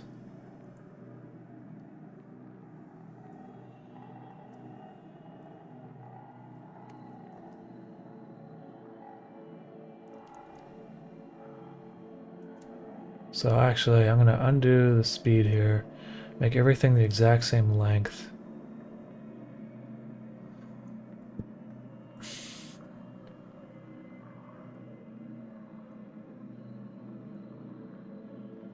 I wish there was a quicker way of doing it, but not really.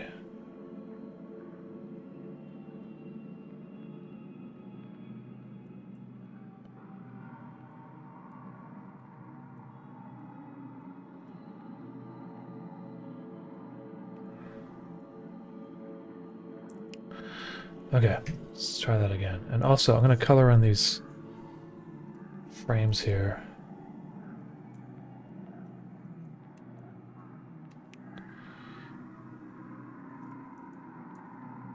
Just so everything looks the same.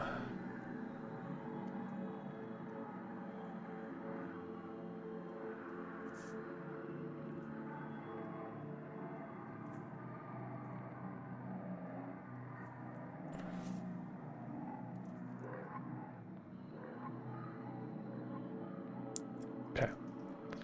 Let's try this again.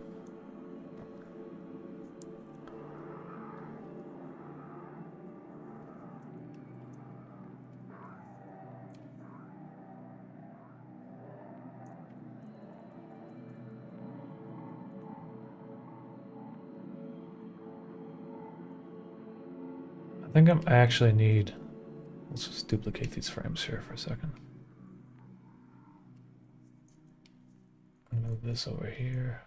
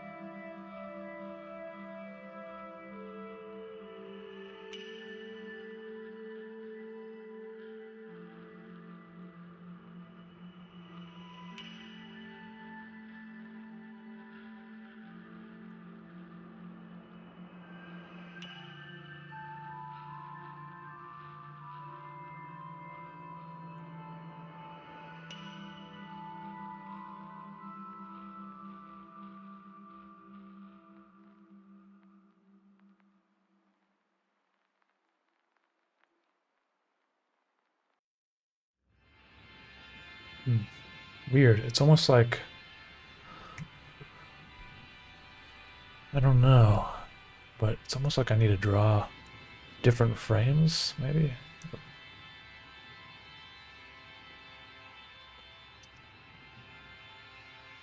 Or maybe I didn't draw these like long enough, you know, to compensate.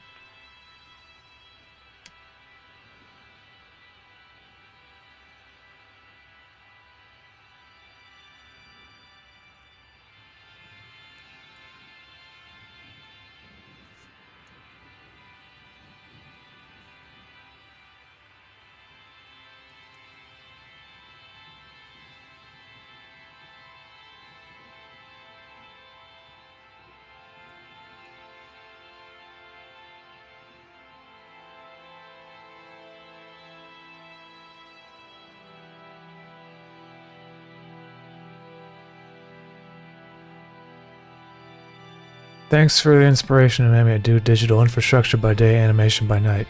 Here, Gorg. I appreciate that. Thank you very much.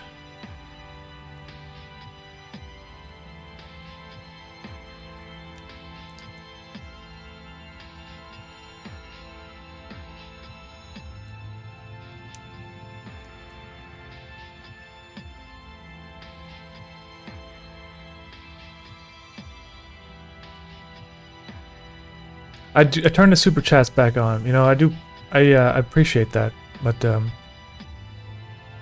I have a merch store.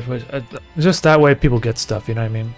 By the way, I'm selling Blu-rays of interface for like $6, like really cheap, because I'm trying to get rid of this. I have them in like a storage in a warehouse, and I'm paying storage fees. I mean, I don't know. I can't figure this out. Why is my train?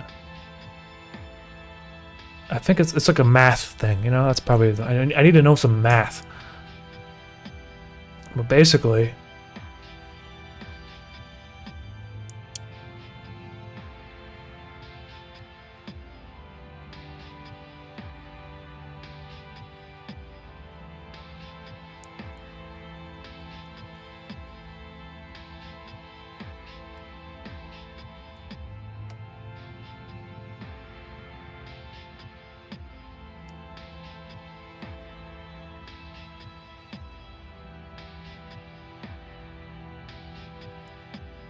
I also don't know why it's moved over like that, but...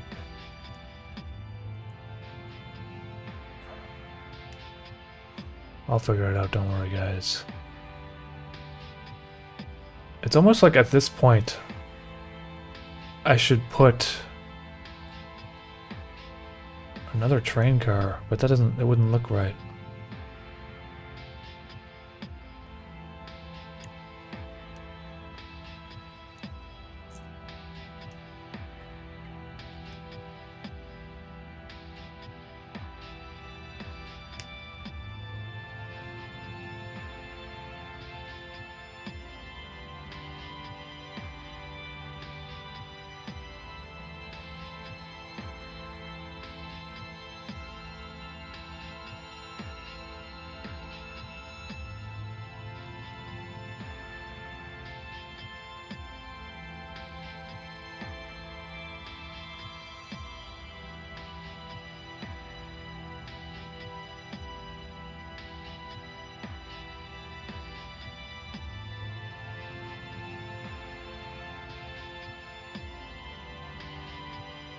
I think the problem is I'm trying to do something where there's like a ramp in speed, and this technique would work if the movement was a linear speed.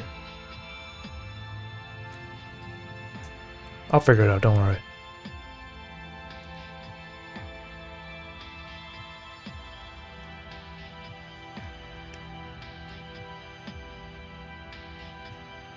I wonder if, like, let me just try something.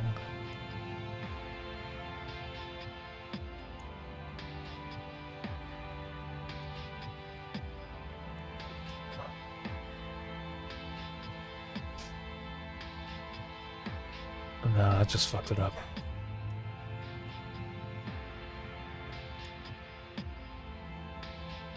Okay, well, it starts dislodging here, so at that point, I need to do something.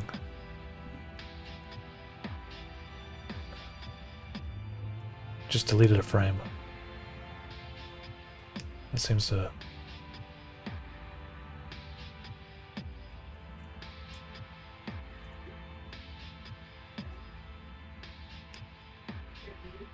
Maybe if I try doing that again, but I delete a different frame.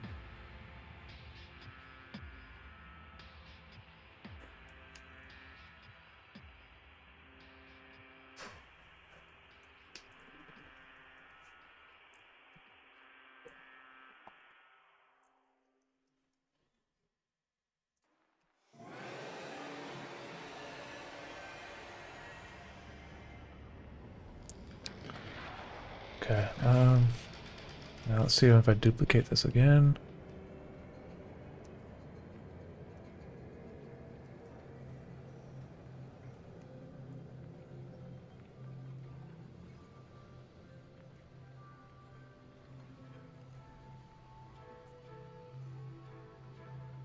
It's weird. It like consistently needs a frame deleted each time.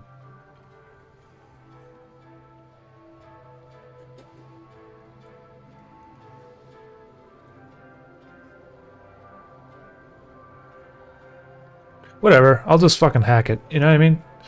It's still gonna look good, it's just not gonna look exactly how I imagined it. I'll just move things around. But I think it looks better now when I have everything being consistently the same length of...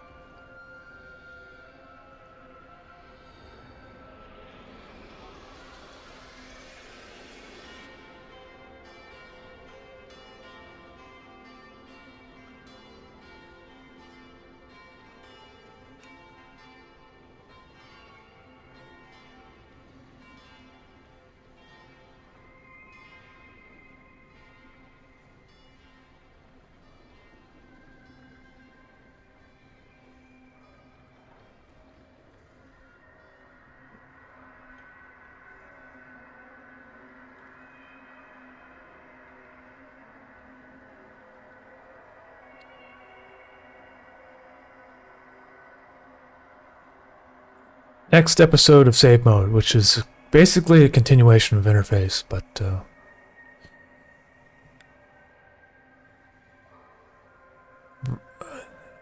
Umami, are you a fan of Radiohead? I'd say, yeah, I'm a fan of Radiohead and Tom York, but I like I don't like all of his songs. I like, he's got like about a dozen songs I like though.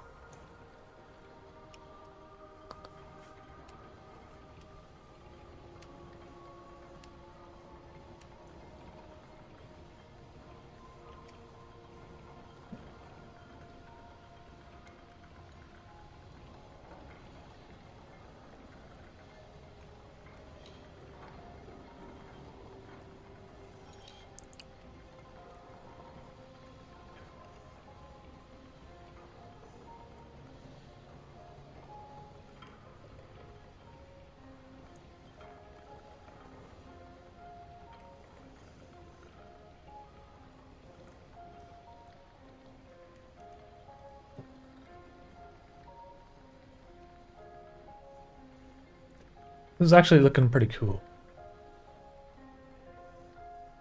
I like really how this is turning out. It's not exactly what I was thinking it would be, but doesn't matter. It still looks cool.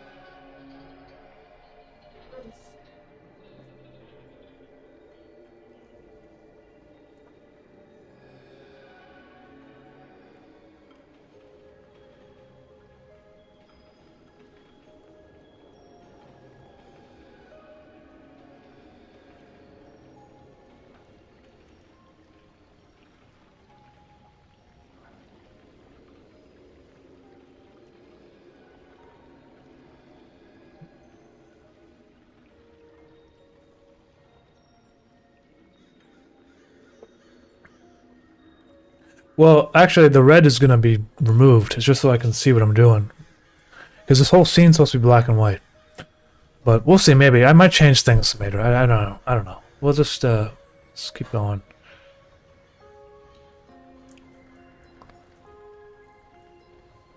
Nothing's set in stone anyway. I do like how the wonkiness though. It's like the hand-drawn part of this really makes me.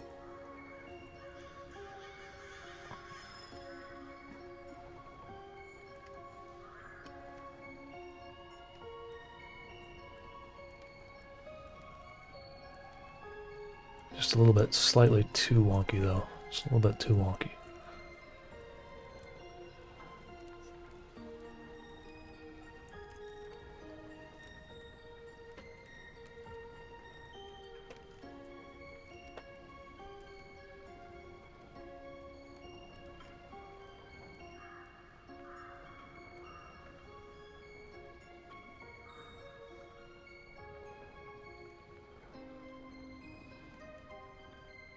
Yeah, so as the train speeds up, obviously, the top part here, which I had slowing down, would have to speed up too, and that's what's causing the gap.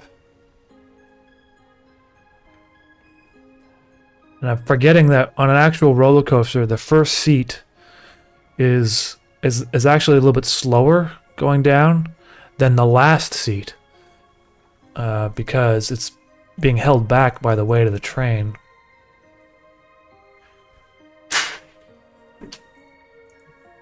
And then when the last seat goes down at the end, that's the part that goes the fastest. That's why it's always the most fast at the back of the train.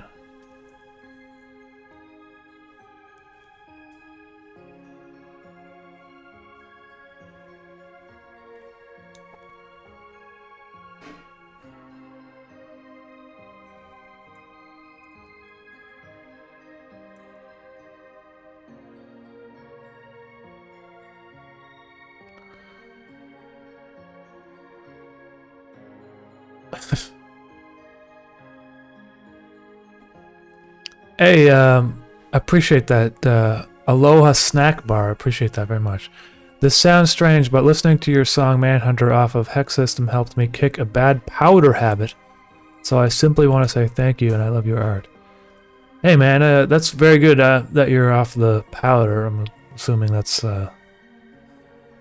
But yeah, that's good, man. That's very good to hear. I'm happy that you're doing that.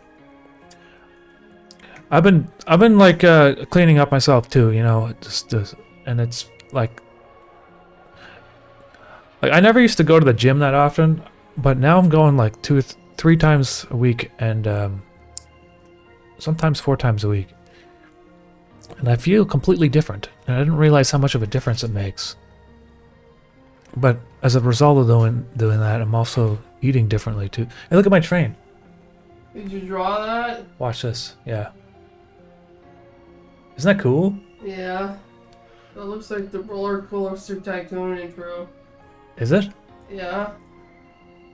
I used a reference image, but I used it off of Pexels, you know, that royalty-free site for the... I bet you it's exactly the same as the Roller Coaster Tycoon. It's not. The photo's not that old. That game's like 30 years old. I bet it's exactly the same. Okay, but how many cars on this thing should there be? I think there's not enough. 1, 2, 3, 4, 5, 6, 7. 1, 2, 3, 4, 5, 6. Needs at least 8, probably 10.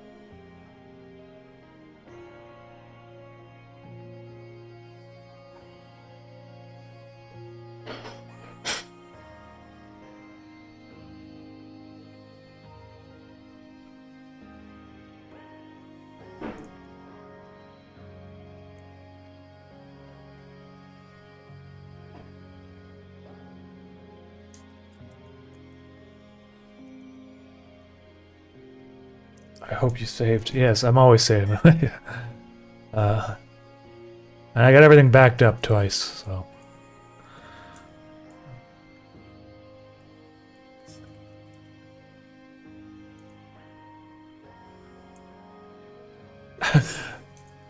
I remember when I was making an interface, someone emailed me like a bunch of hardware, like hard drives and like a UPS backup power and supply and all that stuff because they were really concerned I was gonna like lose all my files halfway through interface. Yeah.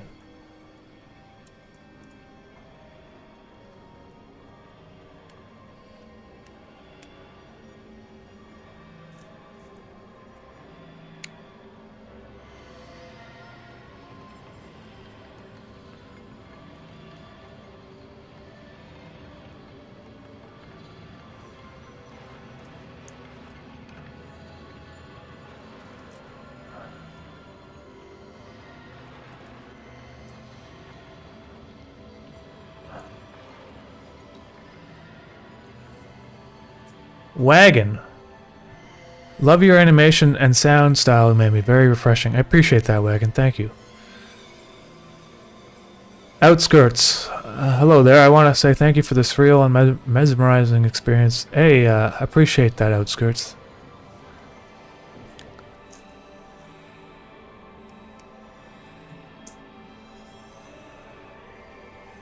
Alright. I got 8 cars. And I'm wondering if that's enough. Oh.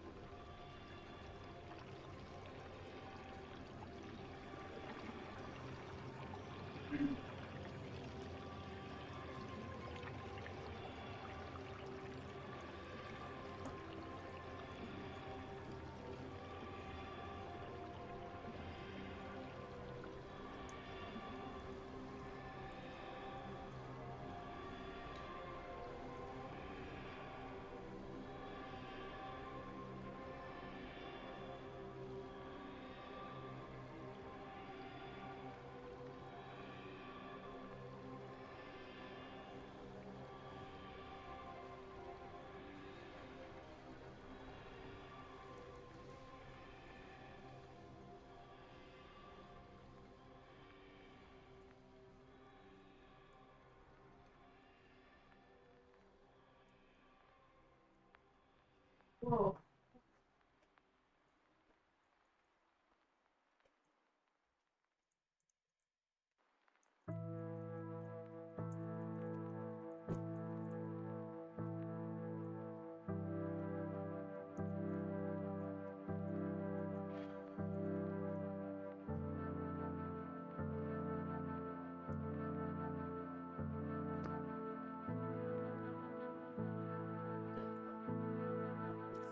If you're working out 3 times a week, I recommend looking into an upper or lower split for muscle growth. You'll be able to hit the muscles more frequently and within those couple days, and the train looks sick.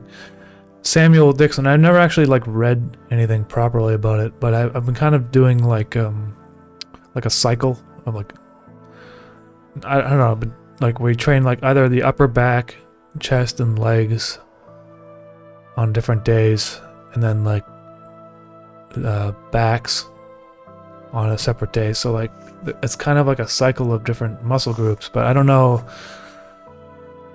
I'm not doing it like I'm not following any regiment or any particular guide though, but maybe I should probably look into that. I've been watching like YouTube videos about it. Stuff. Because honestly, like when you first start going to the gym, like you don't even, like didn't know like anything really. Like what, I have to like look up the words and stuff, like what is a delt? What is a, what is a lat? You know what I mean?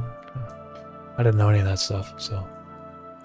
Well, it's like when I started playing the drums, I was like, what the hell's a snare? This is stupid. What's a snare? I mean, you don't know some of these things. You don't, like, I don't really get interested in things until I start doing them for a long time. I guess that's how everyone learns, or maybe not. It's a little bit at a time, I guess.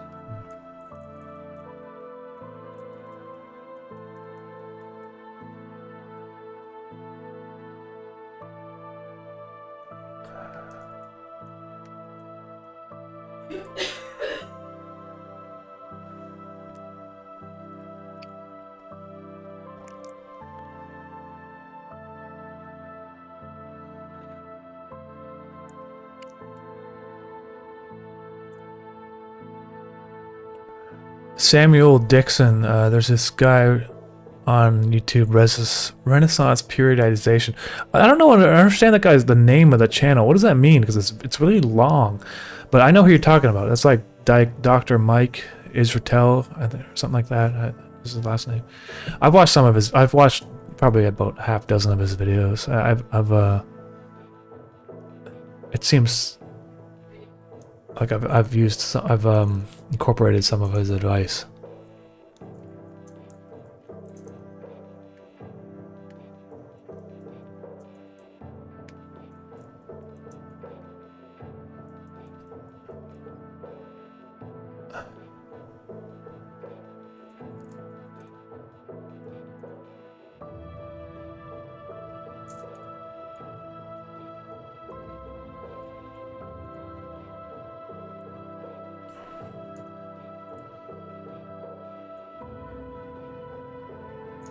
I think I should put two more cars on this. I think that will make it just long enough to, you know?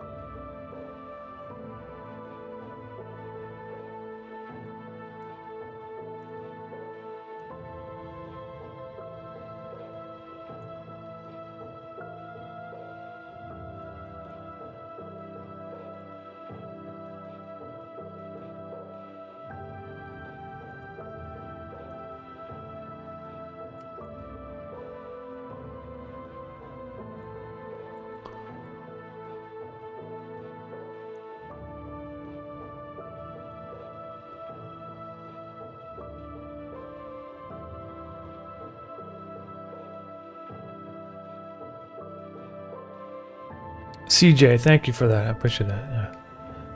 Yeah. Not everything I do is just in Photoshop, but these days I'm trying to stick to just mostly Photoshop because I just don't like doing the 3D stuff. It's not as fun, honestly. And it seems to me like a lot of people just appreciate the wonkiness of Photoshop drawings, and me too, actually. So I'm just gonna try to stick in with this for a bit. Try to keep it simple. You know what I mean? I'm just keep things simple.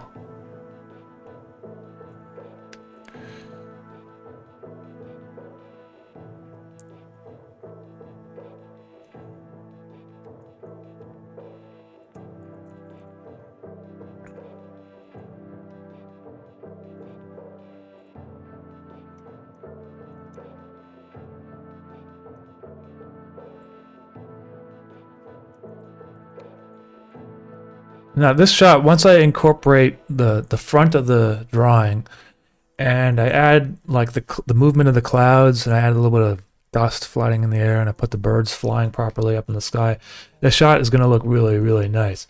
And you won't notice so much the mistakes I'm making with this train.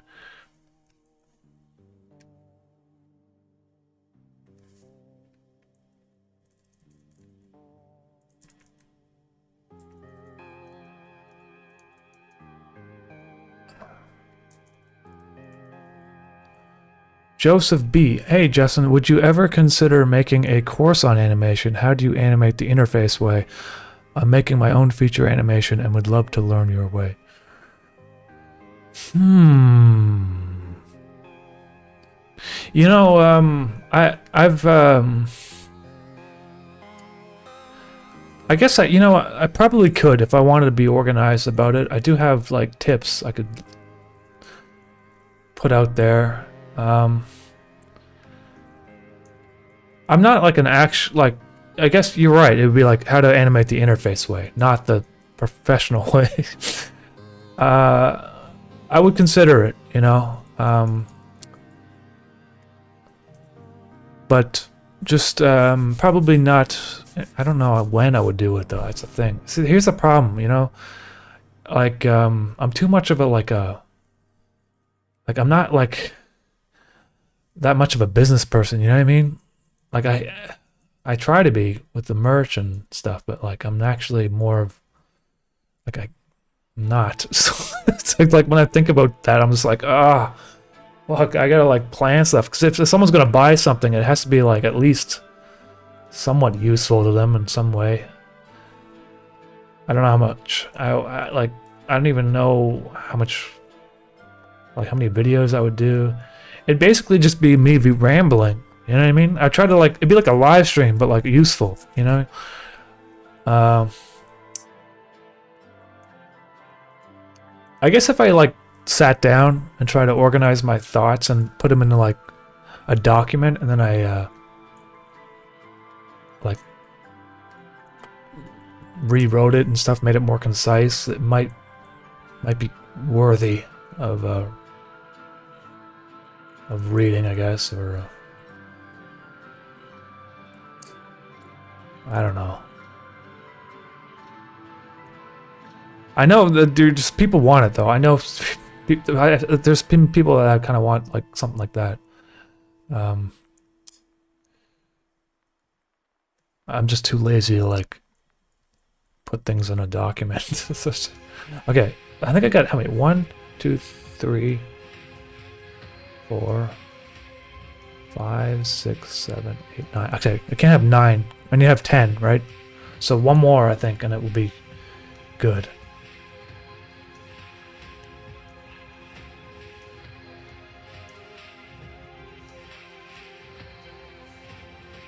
Some of the stuff I don't really do anymore, like making 3D models. I used to try to do that for interface.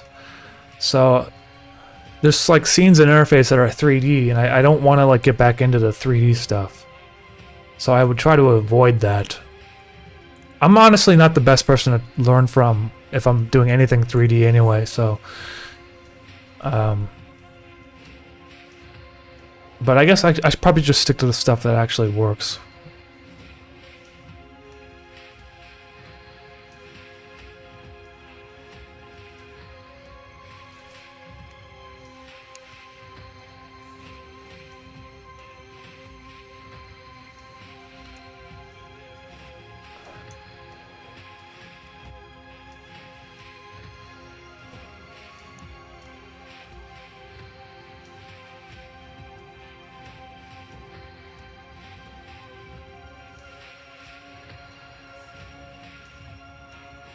This is complicated.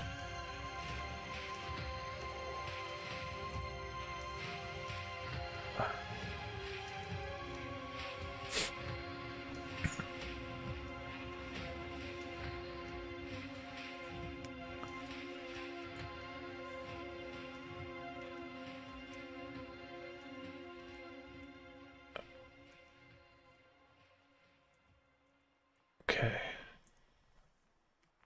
Oops.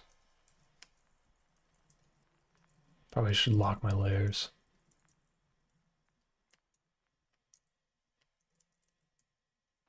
(7:11). I got about 20 minutes before I gotta. Well, I don't want to stop, so I just want to get this shot finished. We'll just keep going.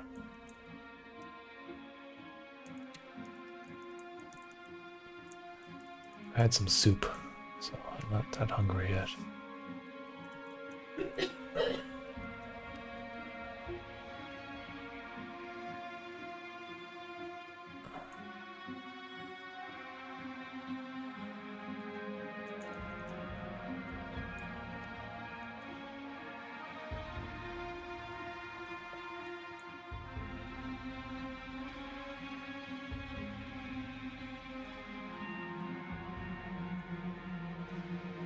Okay.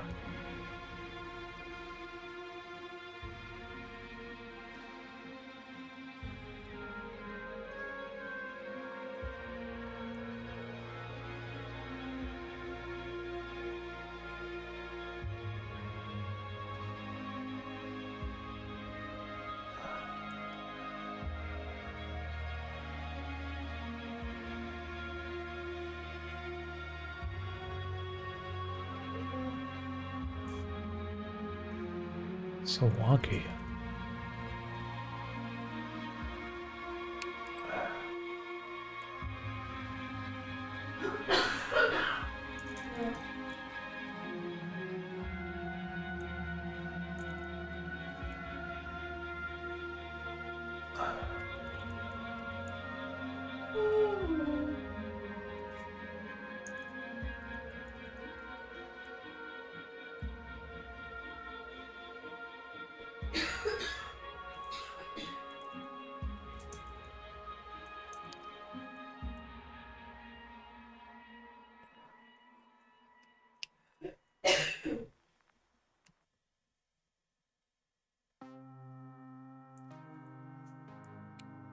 Whoa! It's going off the rails.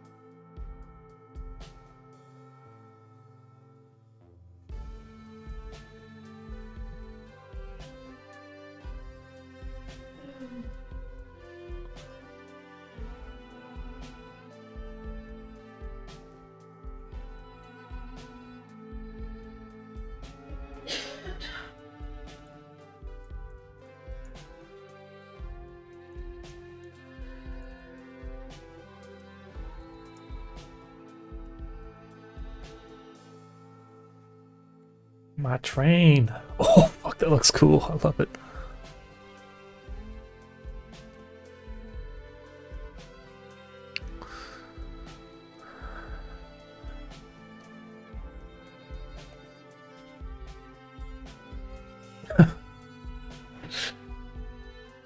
All right, let's try it. Let's look at that again. That was awesome. Oh, I love it. I love the wonkiness so much. And I'm gonna look at it frame by frame and just see if there's anything I can just adjust a little bit.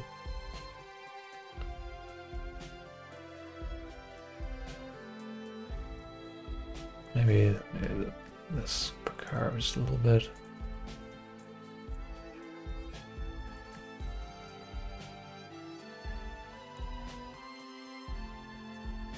Maybe back this up a bit, I think.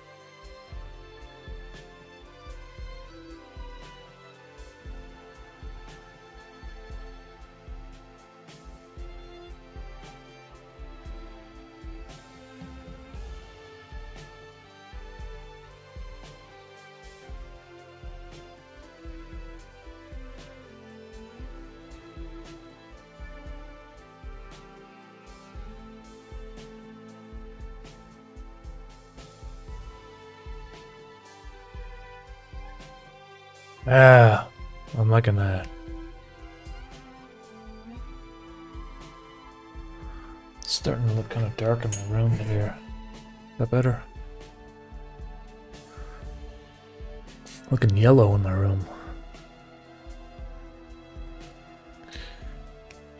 Okay. Oh, that looks... I love it. I love it so much. Okay. It's,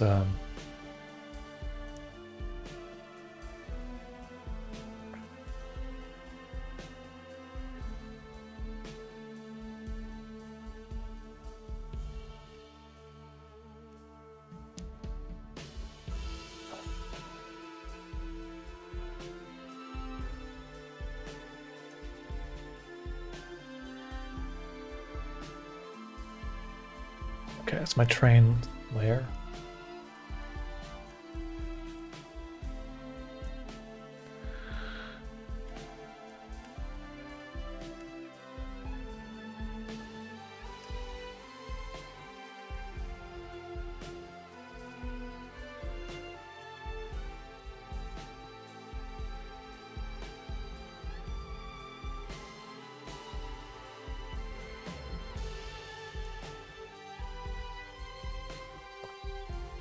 Nice. So I'm gonna save this.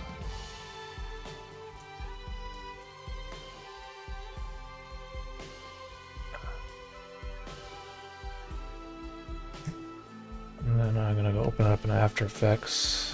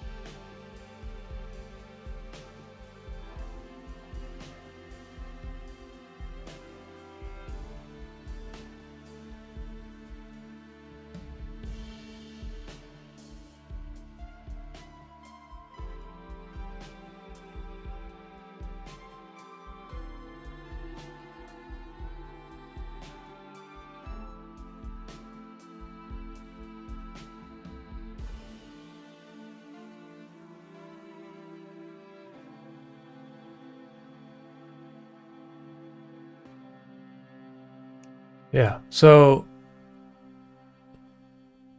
the only thing I could think of is that maybe I should be a little bit more aggressive with some of the lighting.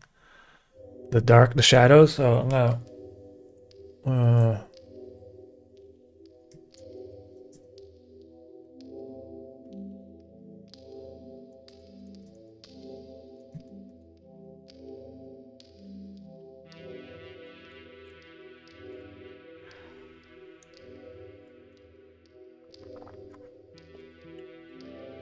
so I'm gonna do another layer on top here, I think. Or I'm just gonna, I think I'm gonna just try doing this.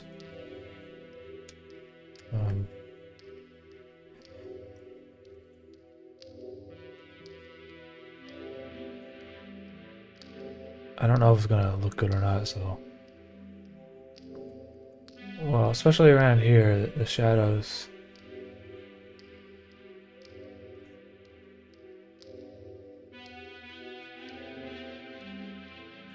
You know what? I'm not gonna do it. Maybe I'll do it myself some other time when I'm not streaming, but I think it looks fine, actually.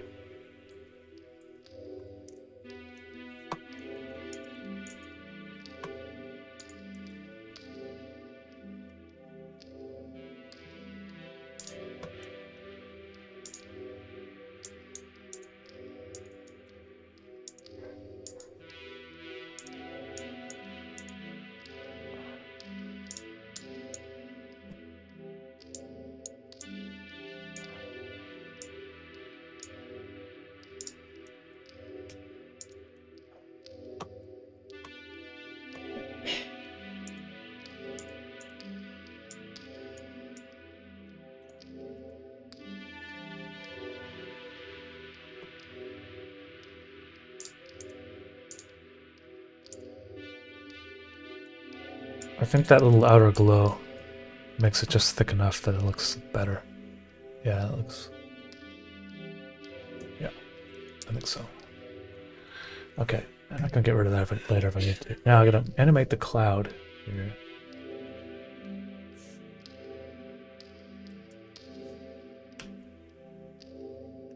Cloud close.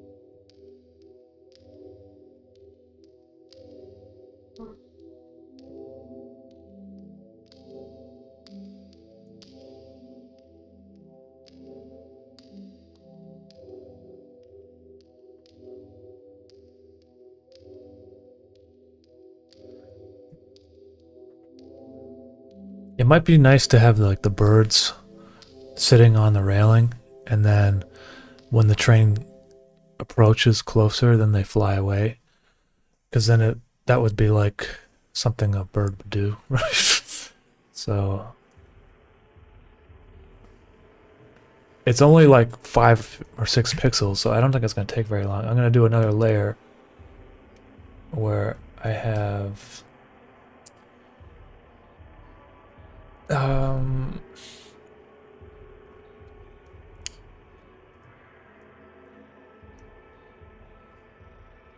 save this as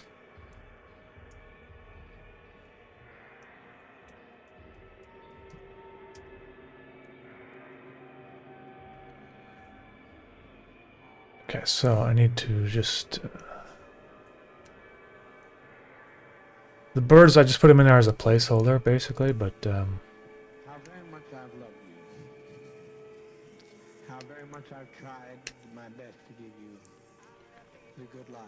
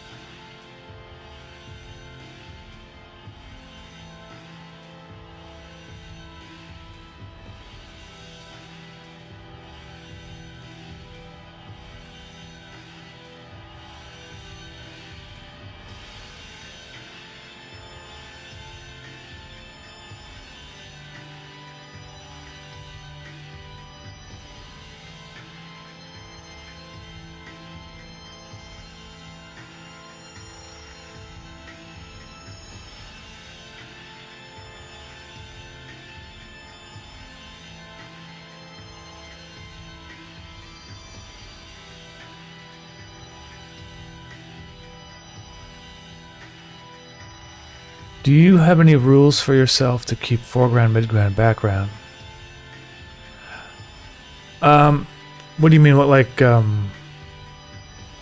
I just kind of feel it out. I don't really have like a rule. You know what I mean? Like in terms, like you're talking about like speed of movement or stuff, or I just kind of just figure it out.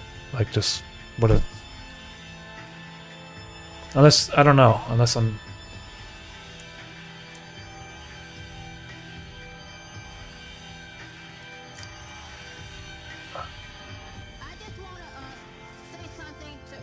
I don't like how the birds are taking off the exact same time. So I gotta restart that.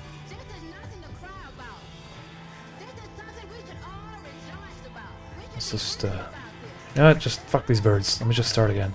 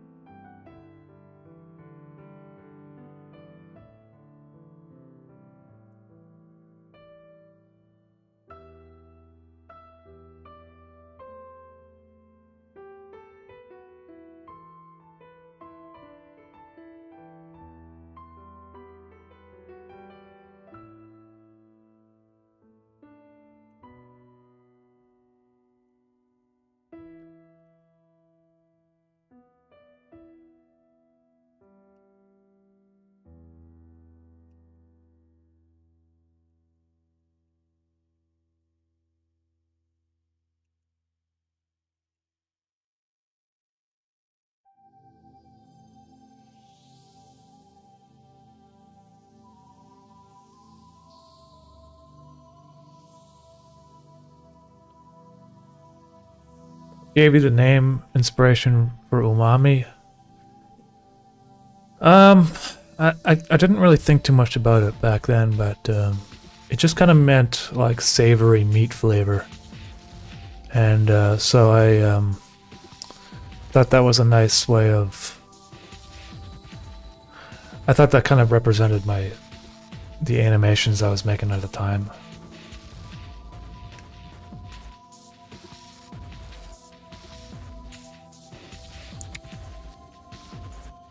Too much of a transition on this frame here to the flap. So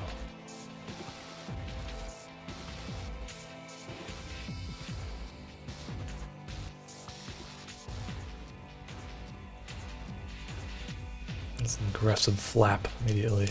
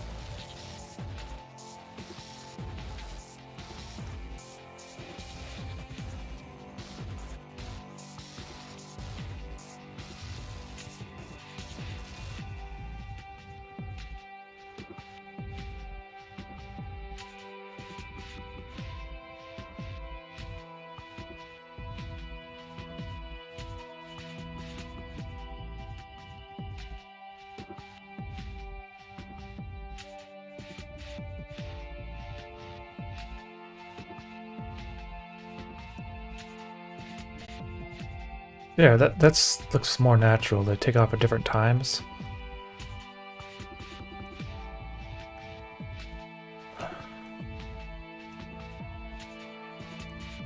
And at this point,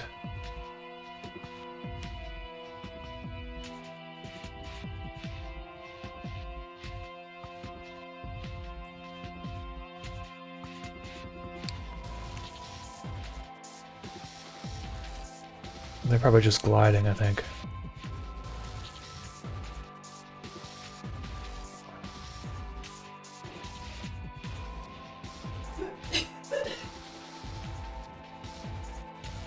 So what I would do is just pull this out and then just have it scale down in After Effects.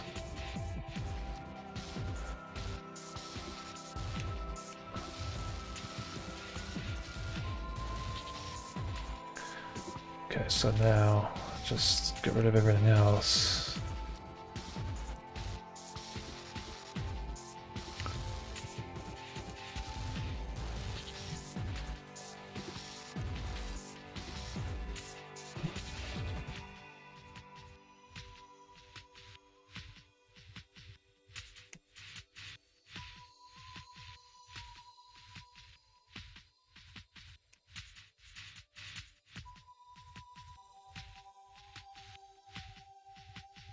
Get rid of the old bird layer.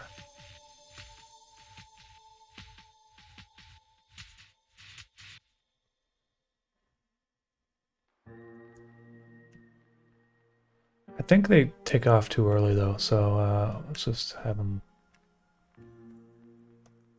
do that. I'm not going to adjust it in After Effects, there's more time. So they should take off like around here, I think.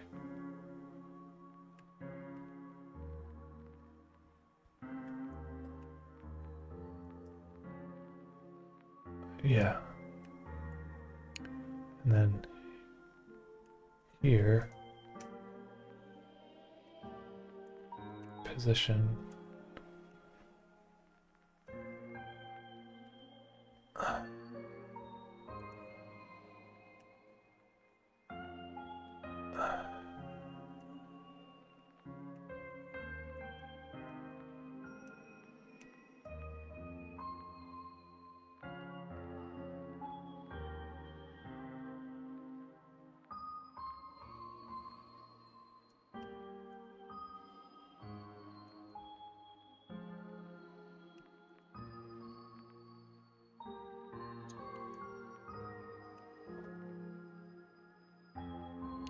You know what? I don't like how they stop moving. So I'm gonna have them actually animate on a loop.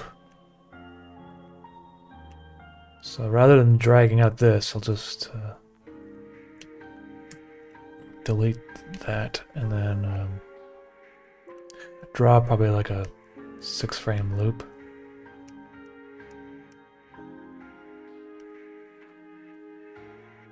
It's kind of hard to see now, but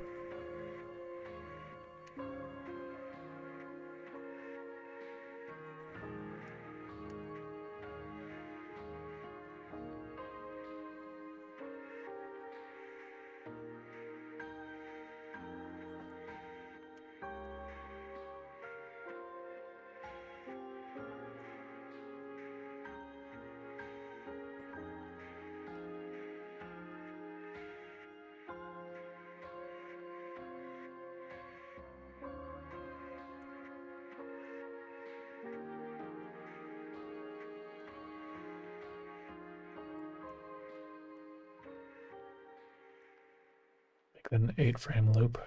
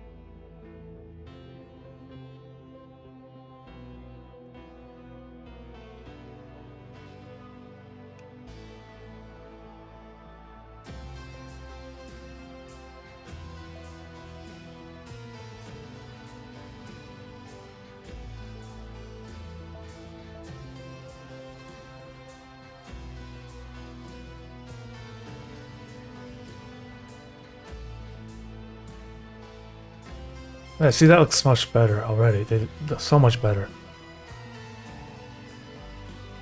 I gotta keep looping them.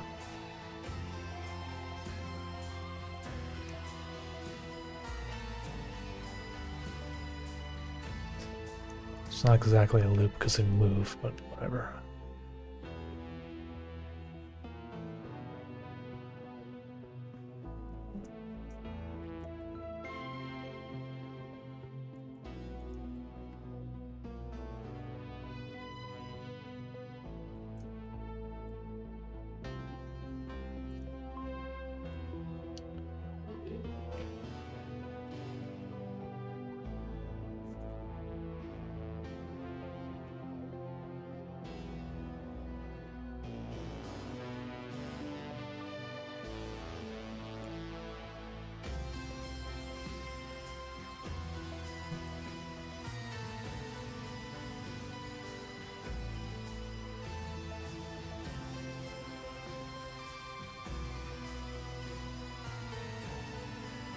Oh, it looks nice. I like that so much. It looks great.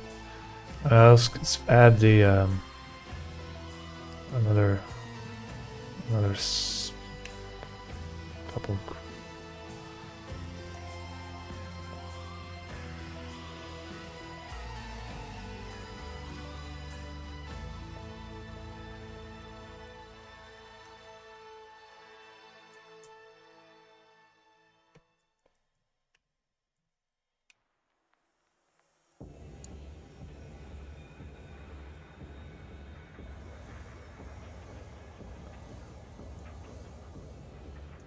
Save. After Effects.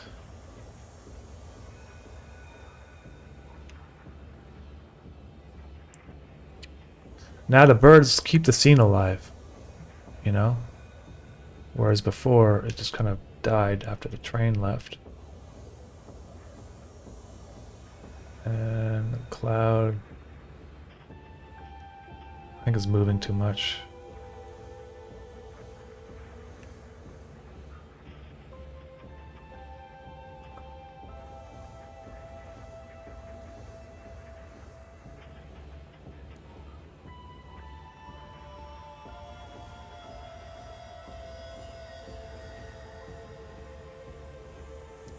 This shot will be 14 seconds long, I think.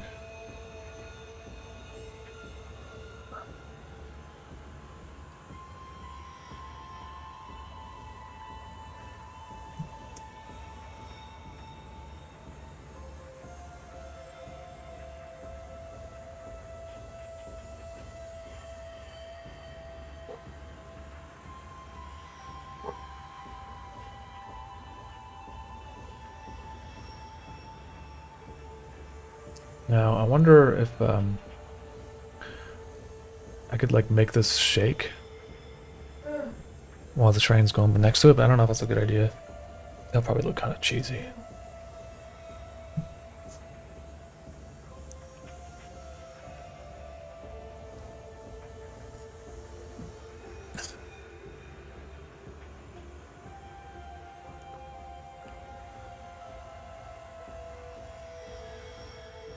Yuma, hey, I love your work on Hex System. I want to ask, what are your thoughts on Godspeed You Black Emperor? I felt some of their vibes on their project and I absolutely love that.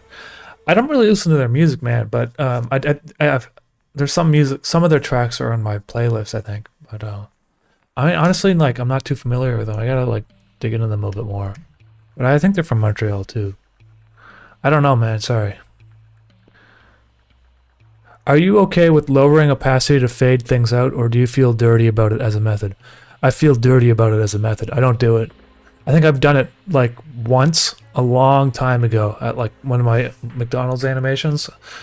But instead of doing that, what I do is I change the color of things gradually to the colors that are in my palette up here in the corner.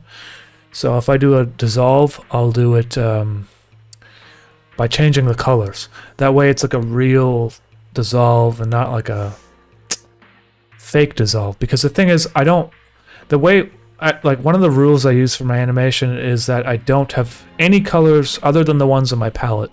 And so if you're using a fade, you're basically introducing more variations of colors in that fade. And so if you'll notice an interface, all the fades to black and stuff are done manually by adjusting the colors. Like if I go from light blue to dark blue, I'll go like light blue, probably skip this one because that's more turquoise, go to this, then that. It adds a lot of time and labor to the animation, but it like makes me feel better. So I don't do a fade. Did you make the clouds move to the right so that the birds can move into that space? I didn't, but I just did it because the clouds move. But now this way it looks kind of like there's a gust of wind or whatever. The wind is pushing the clouds in that direction. So if the birds take off, it kind of looks like they're following the wind, like the air current or whatever.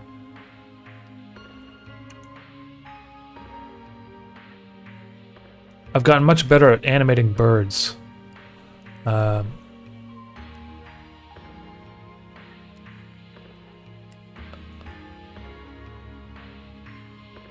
Still not perfect, but it doesn't really matter at that resolution, does it?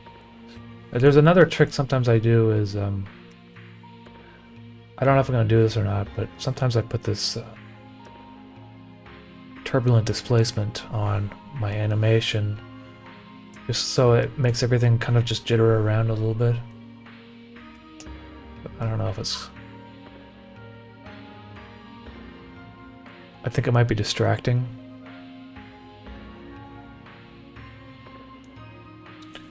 So I'll cut that out. Sometimes I put that in the like, maybe just the clouds. So it doesn't just look like a drawing, like there's a little bit of movement there. Maybe the track foreground. Let's see. Turn it down a bit.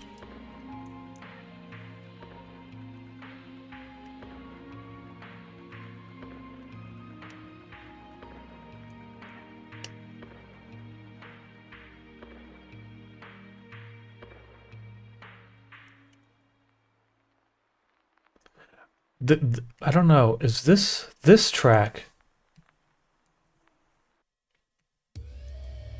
This one.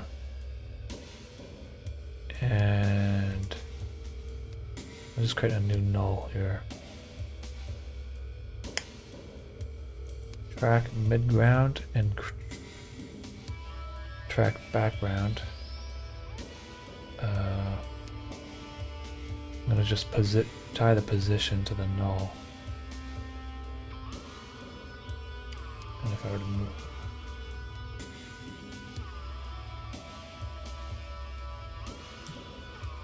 That didn't work for some reason.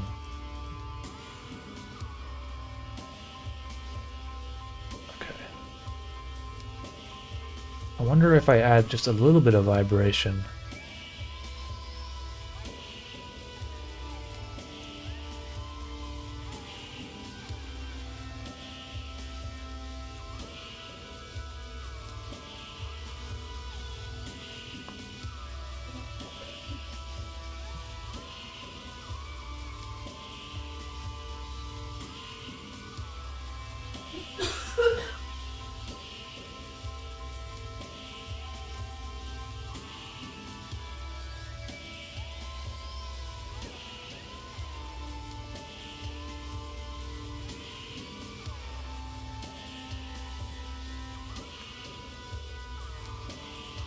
Too much.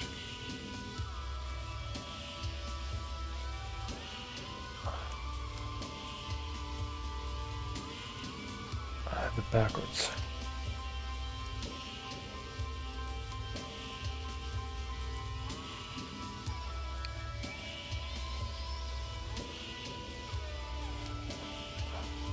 I think it doesn't. Maybe it's.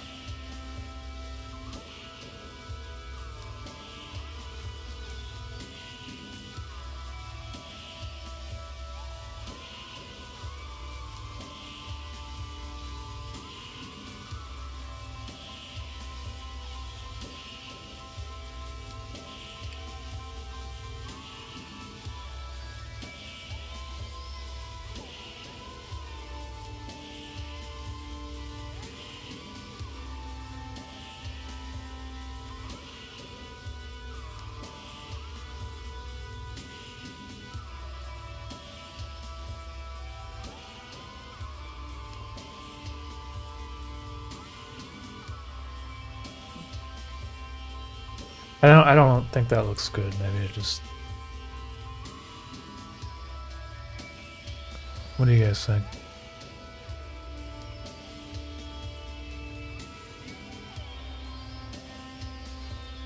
I don't use Lightroom at all because it's mostly for photographer, isn't it?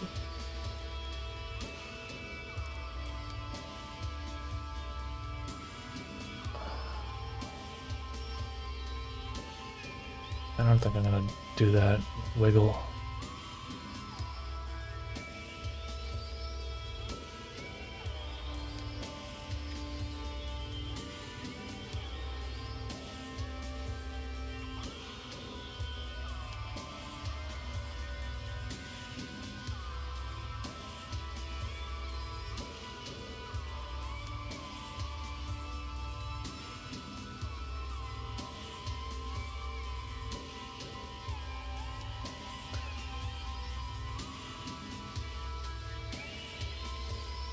Did you, yeah, I don't know, maybe.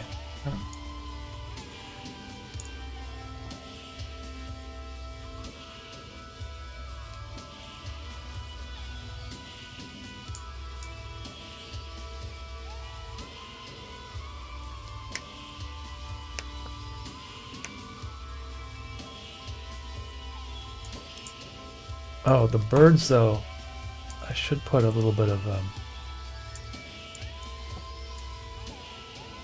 turbulent displacement on them.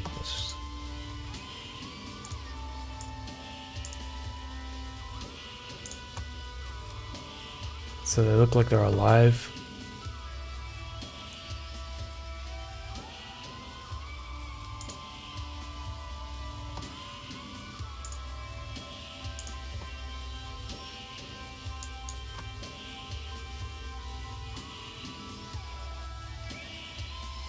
There.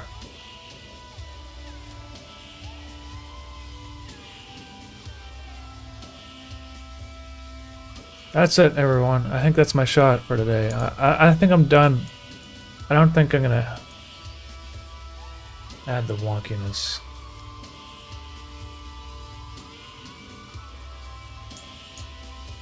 I really, maybe I should. Maybe I should. Gotta figure this out. Okay, let's try that again. Let's just add a null here.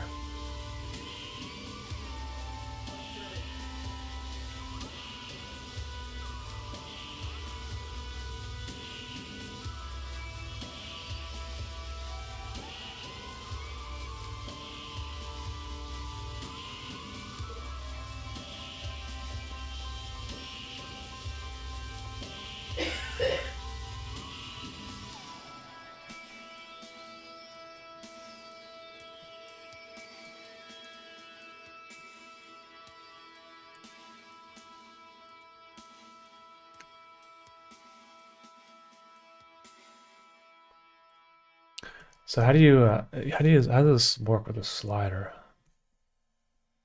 I gotta put the slider on here so I can control the amount.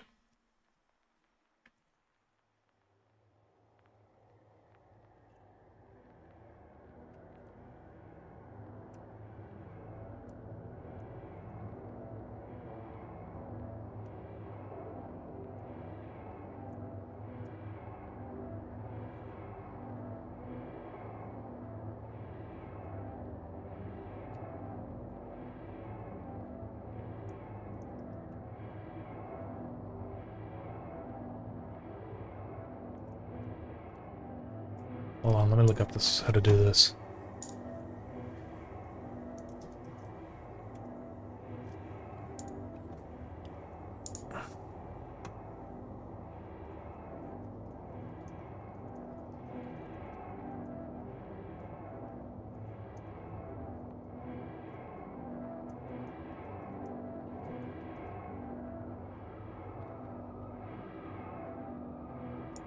So I've been using like ChatGPT to like look up how to do stuff in After Effects or actually I use Claude instead of ChatGPT. I don't know if it's gonna work, but I just typed it in. But I've been finding that it's easier to get information out of the freaking chatbot than it is to search things on Google now. Create a slider, effect slider control, add the wiggle expression to your, yeah, okay, I did that. Alt-click Windows on the stopwatch icon next to the property.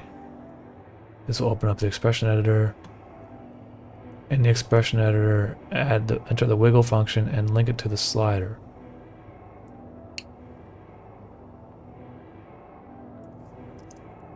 This is, I don't know. How do you link it to the slider?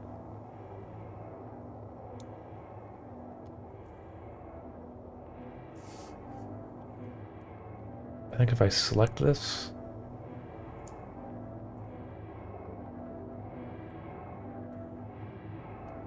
I link it to the slider. Slider.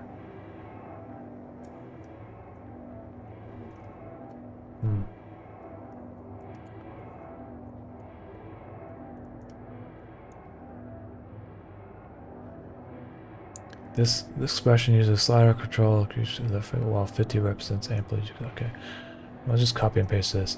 Adjust the slider to control the wiggle frequency. Okay.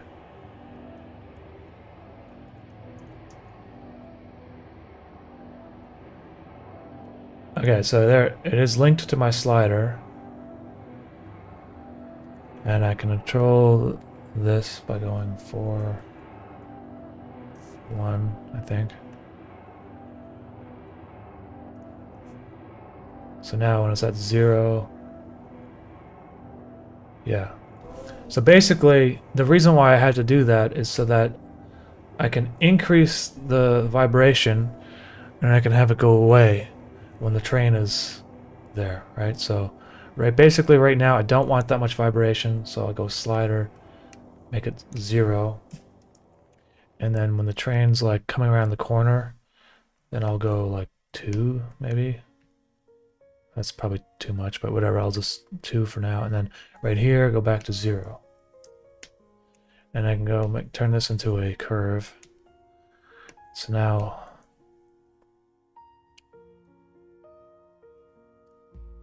okay, so that's very rudimentary, but basically now I can adjust this maybe to make that 2. You know, the wiggle does add something a little bit. I think it's just too strong, so maybe I'll make this 1.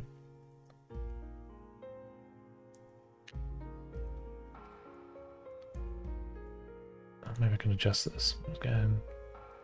5 maybe?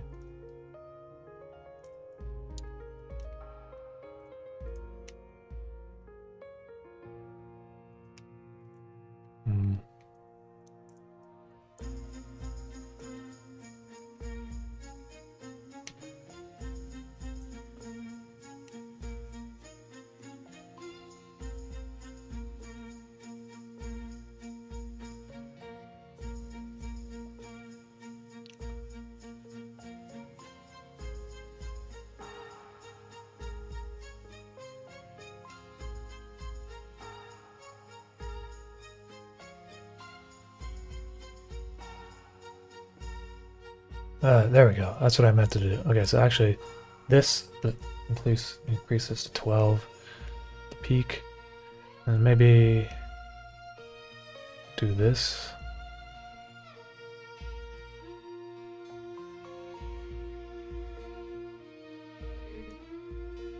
And then have it.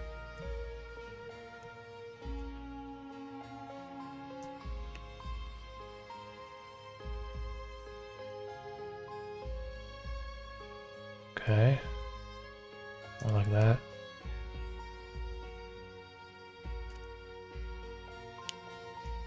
Probably too much.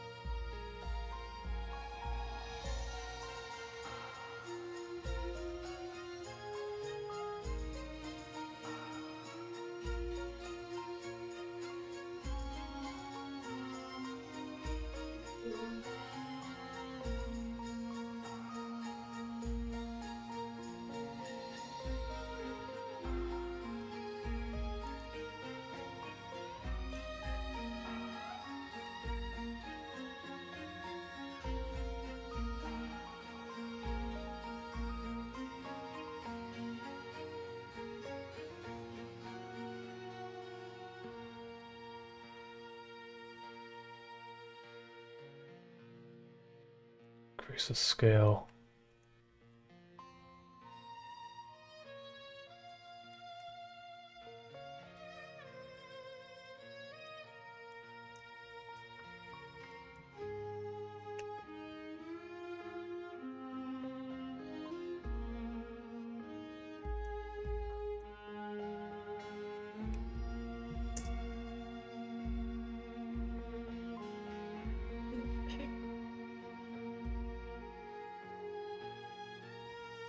There, I like I think that looks good. I think maybe just gotta adjust this a little bit.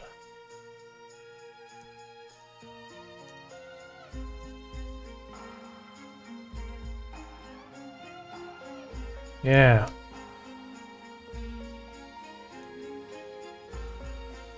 Maybe it's also just it's not subtle enough, you know?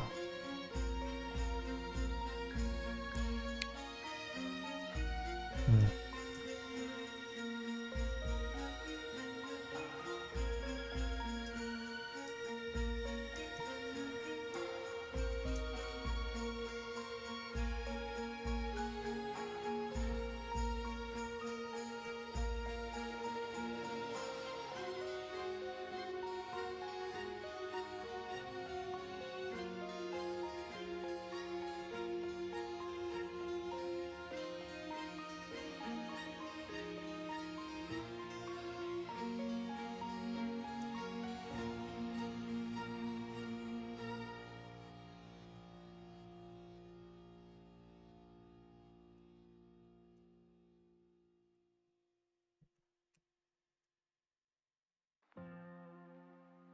I think maybe it's the whole thing is happening too early because it would really only rattle when it's going really fast down the thing, right?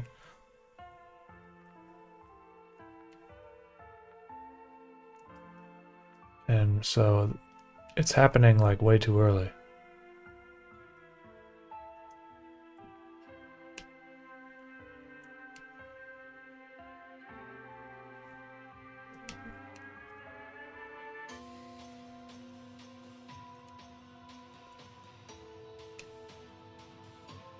There we go. I think it looks a little bit better.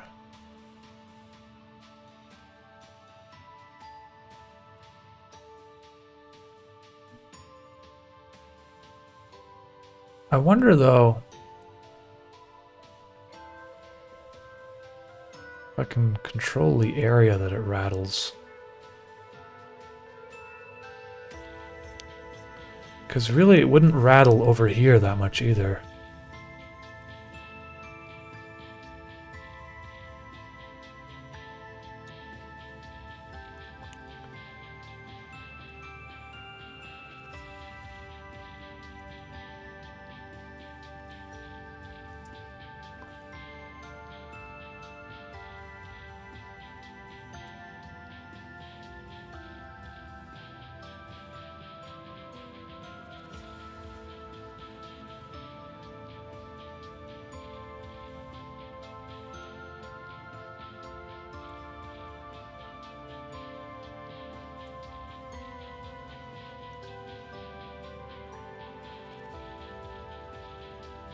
So now I have another layer called no rattle.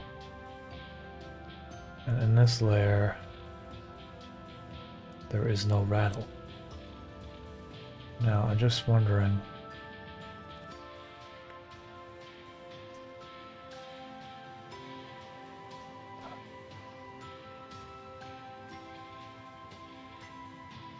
Let me just undo that pre-comp.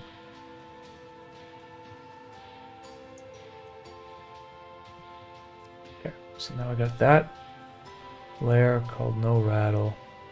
And I have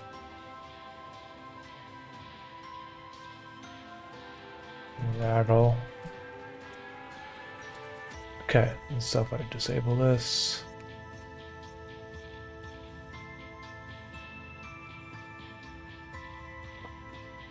Should put a white background on this.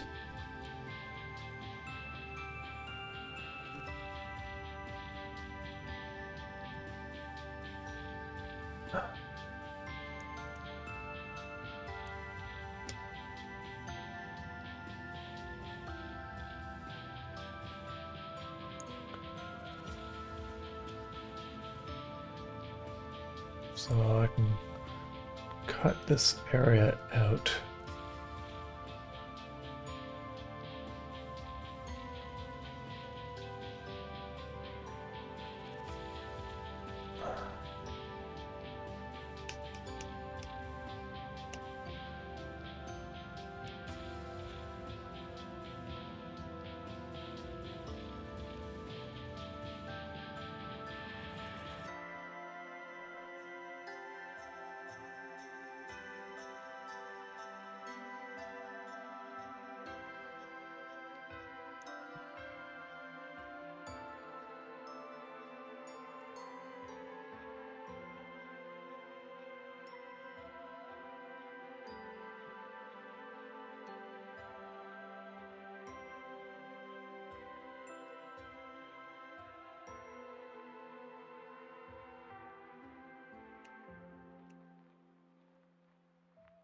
I don't know why it moves down like that.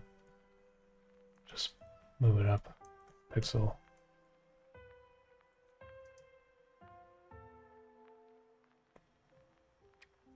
So now it's just this section rattling.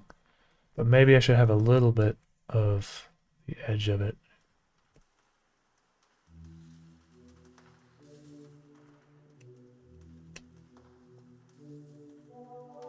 Too much.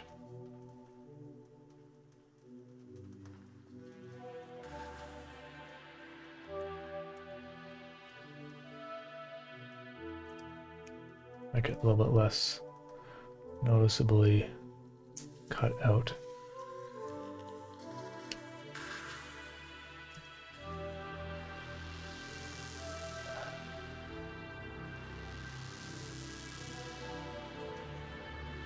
Actually, I got a better idea. Rather than using a mask, I'll use a shape. Oops.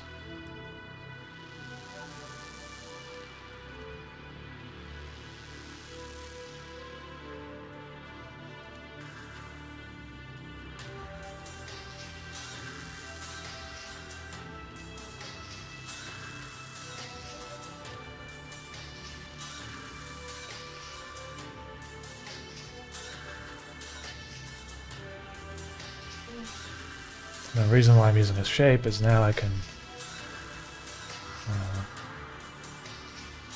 make raggedy edges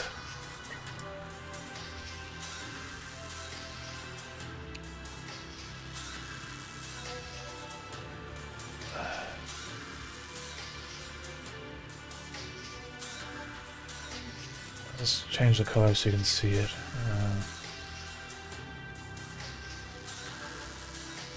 I can animate the evolution so that's always different.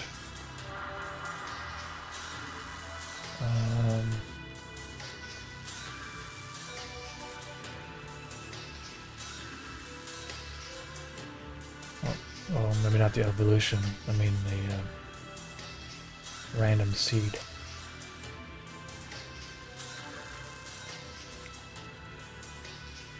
Why isn't it fucking working?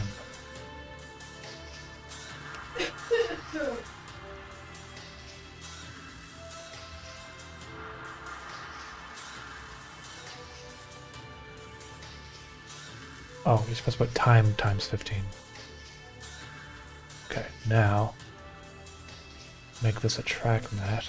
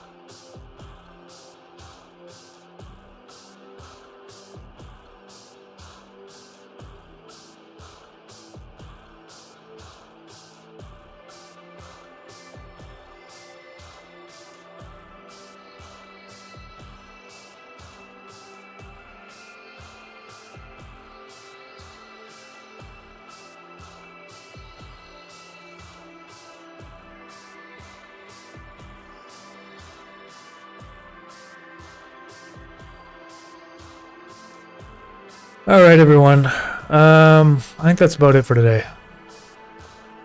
Thank you for hanging out with me. Thank you for those who were super chatted. Thank you for the questions. This is the shot I got. It's a train on a roller coaster.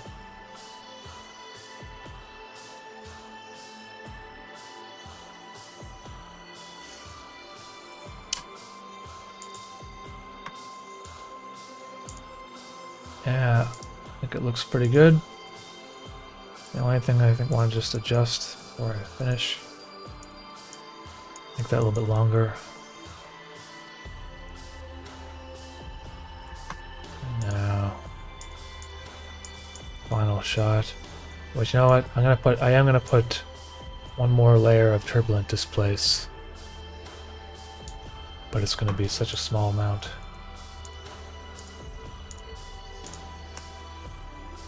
Maybe that's too much.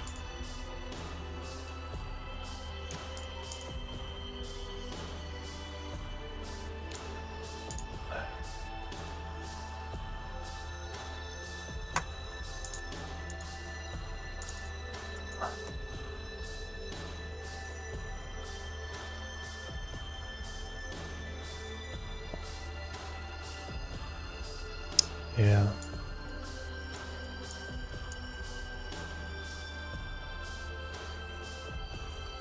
Why is there so many frames? I feel like there's too many frames going on here. Coaster wide.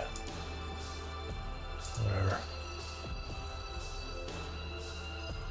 Yep, that's it. Alright, everyone. Take care and have a good week. Bye-bye.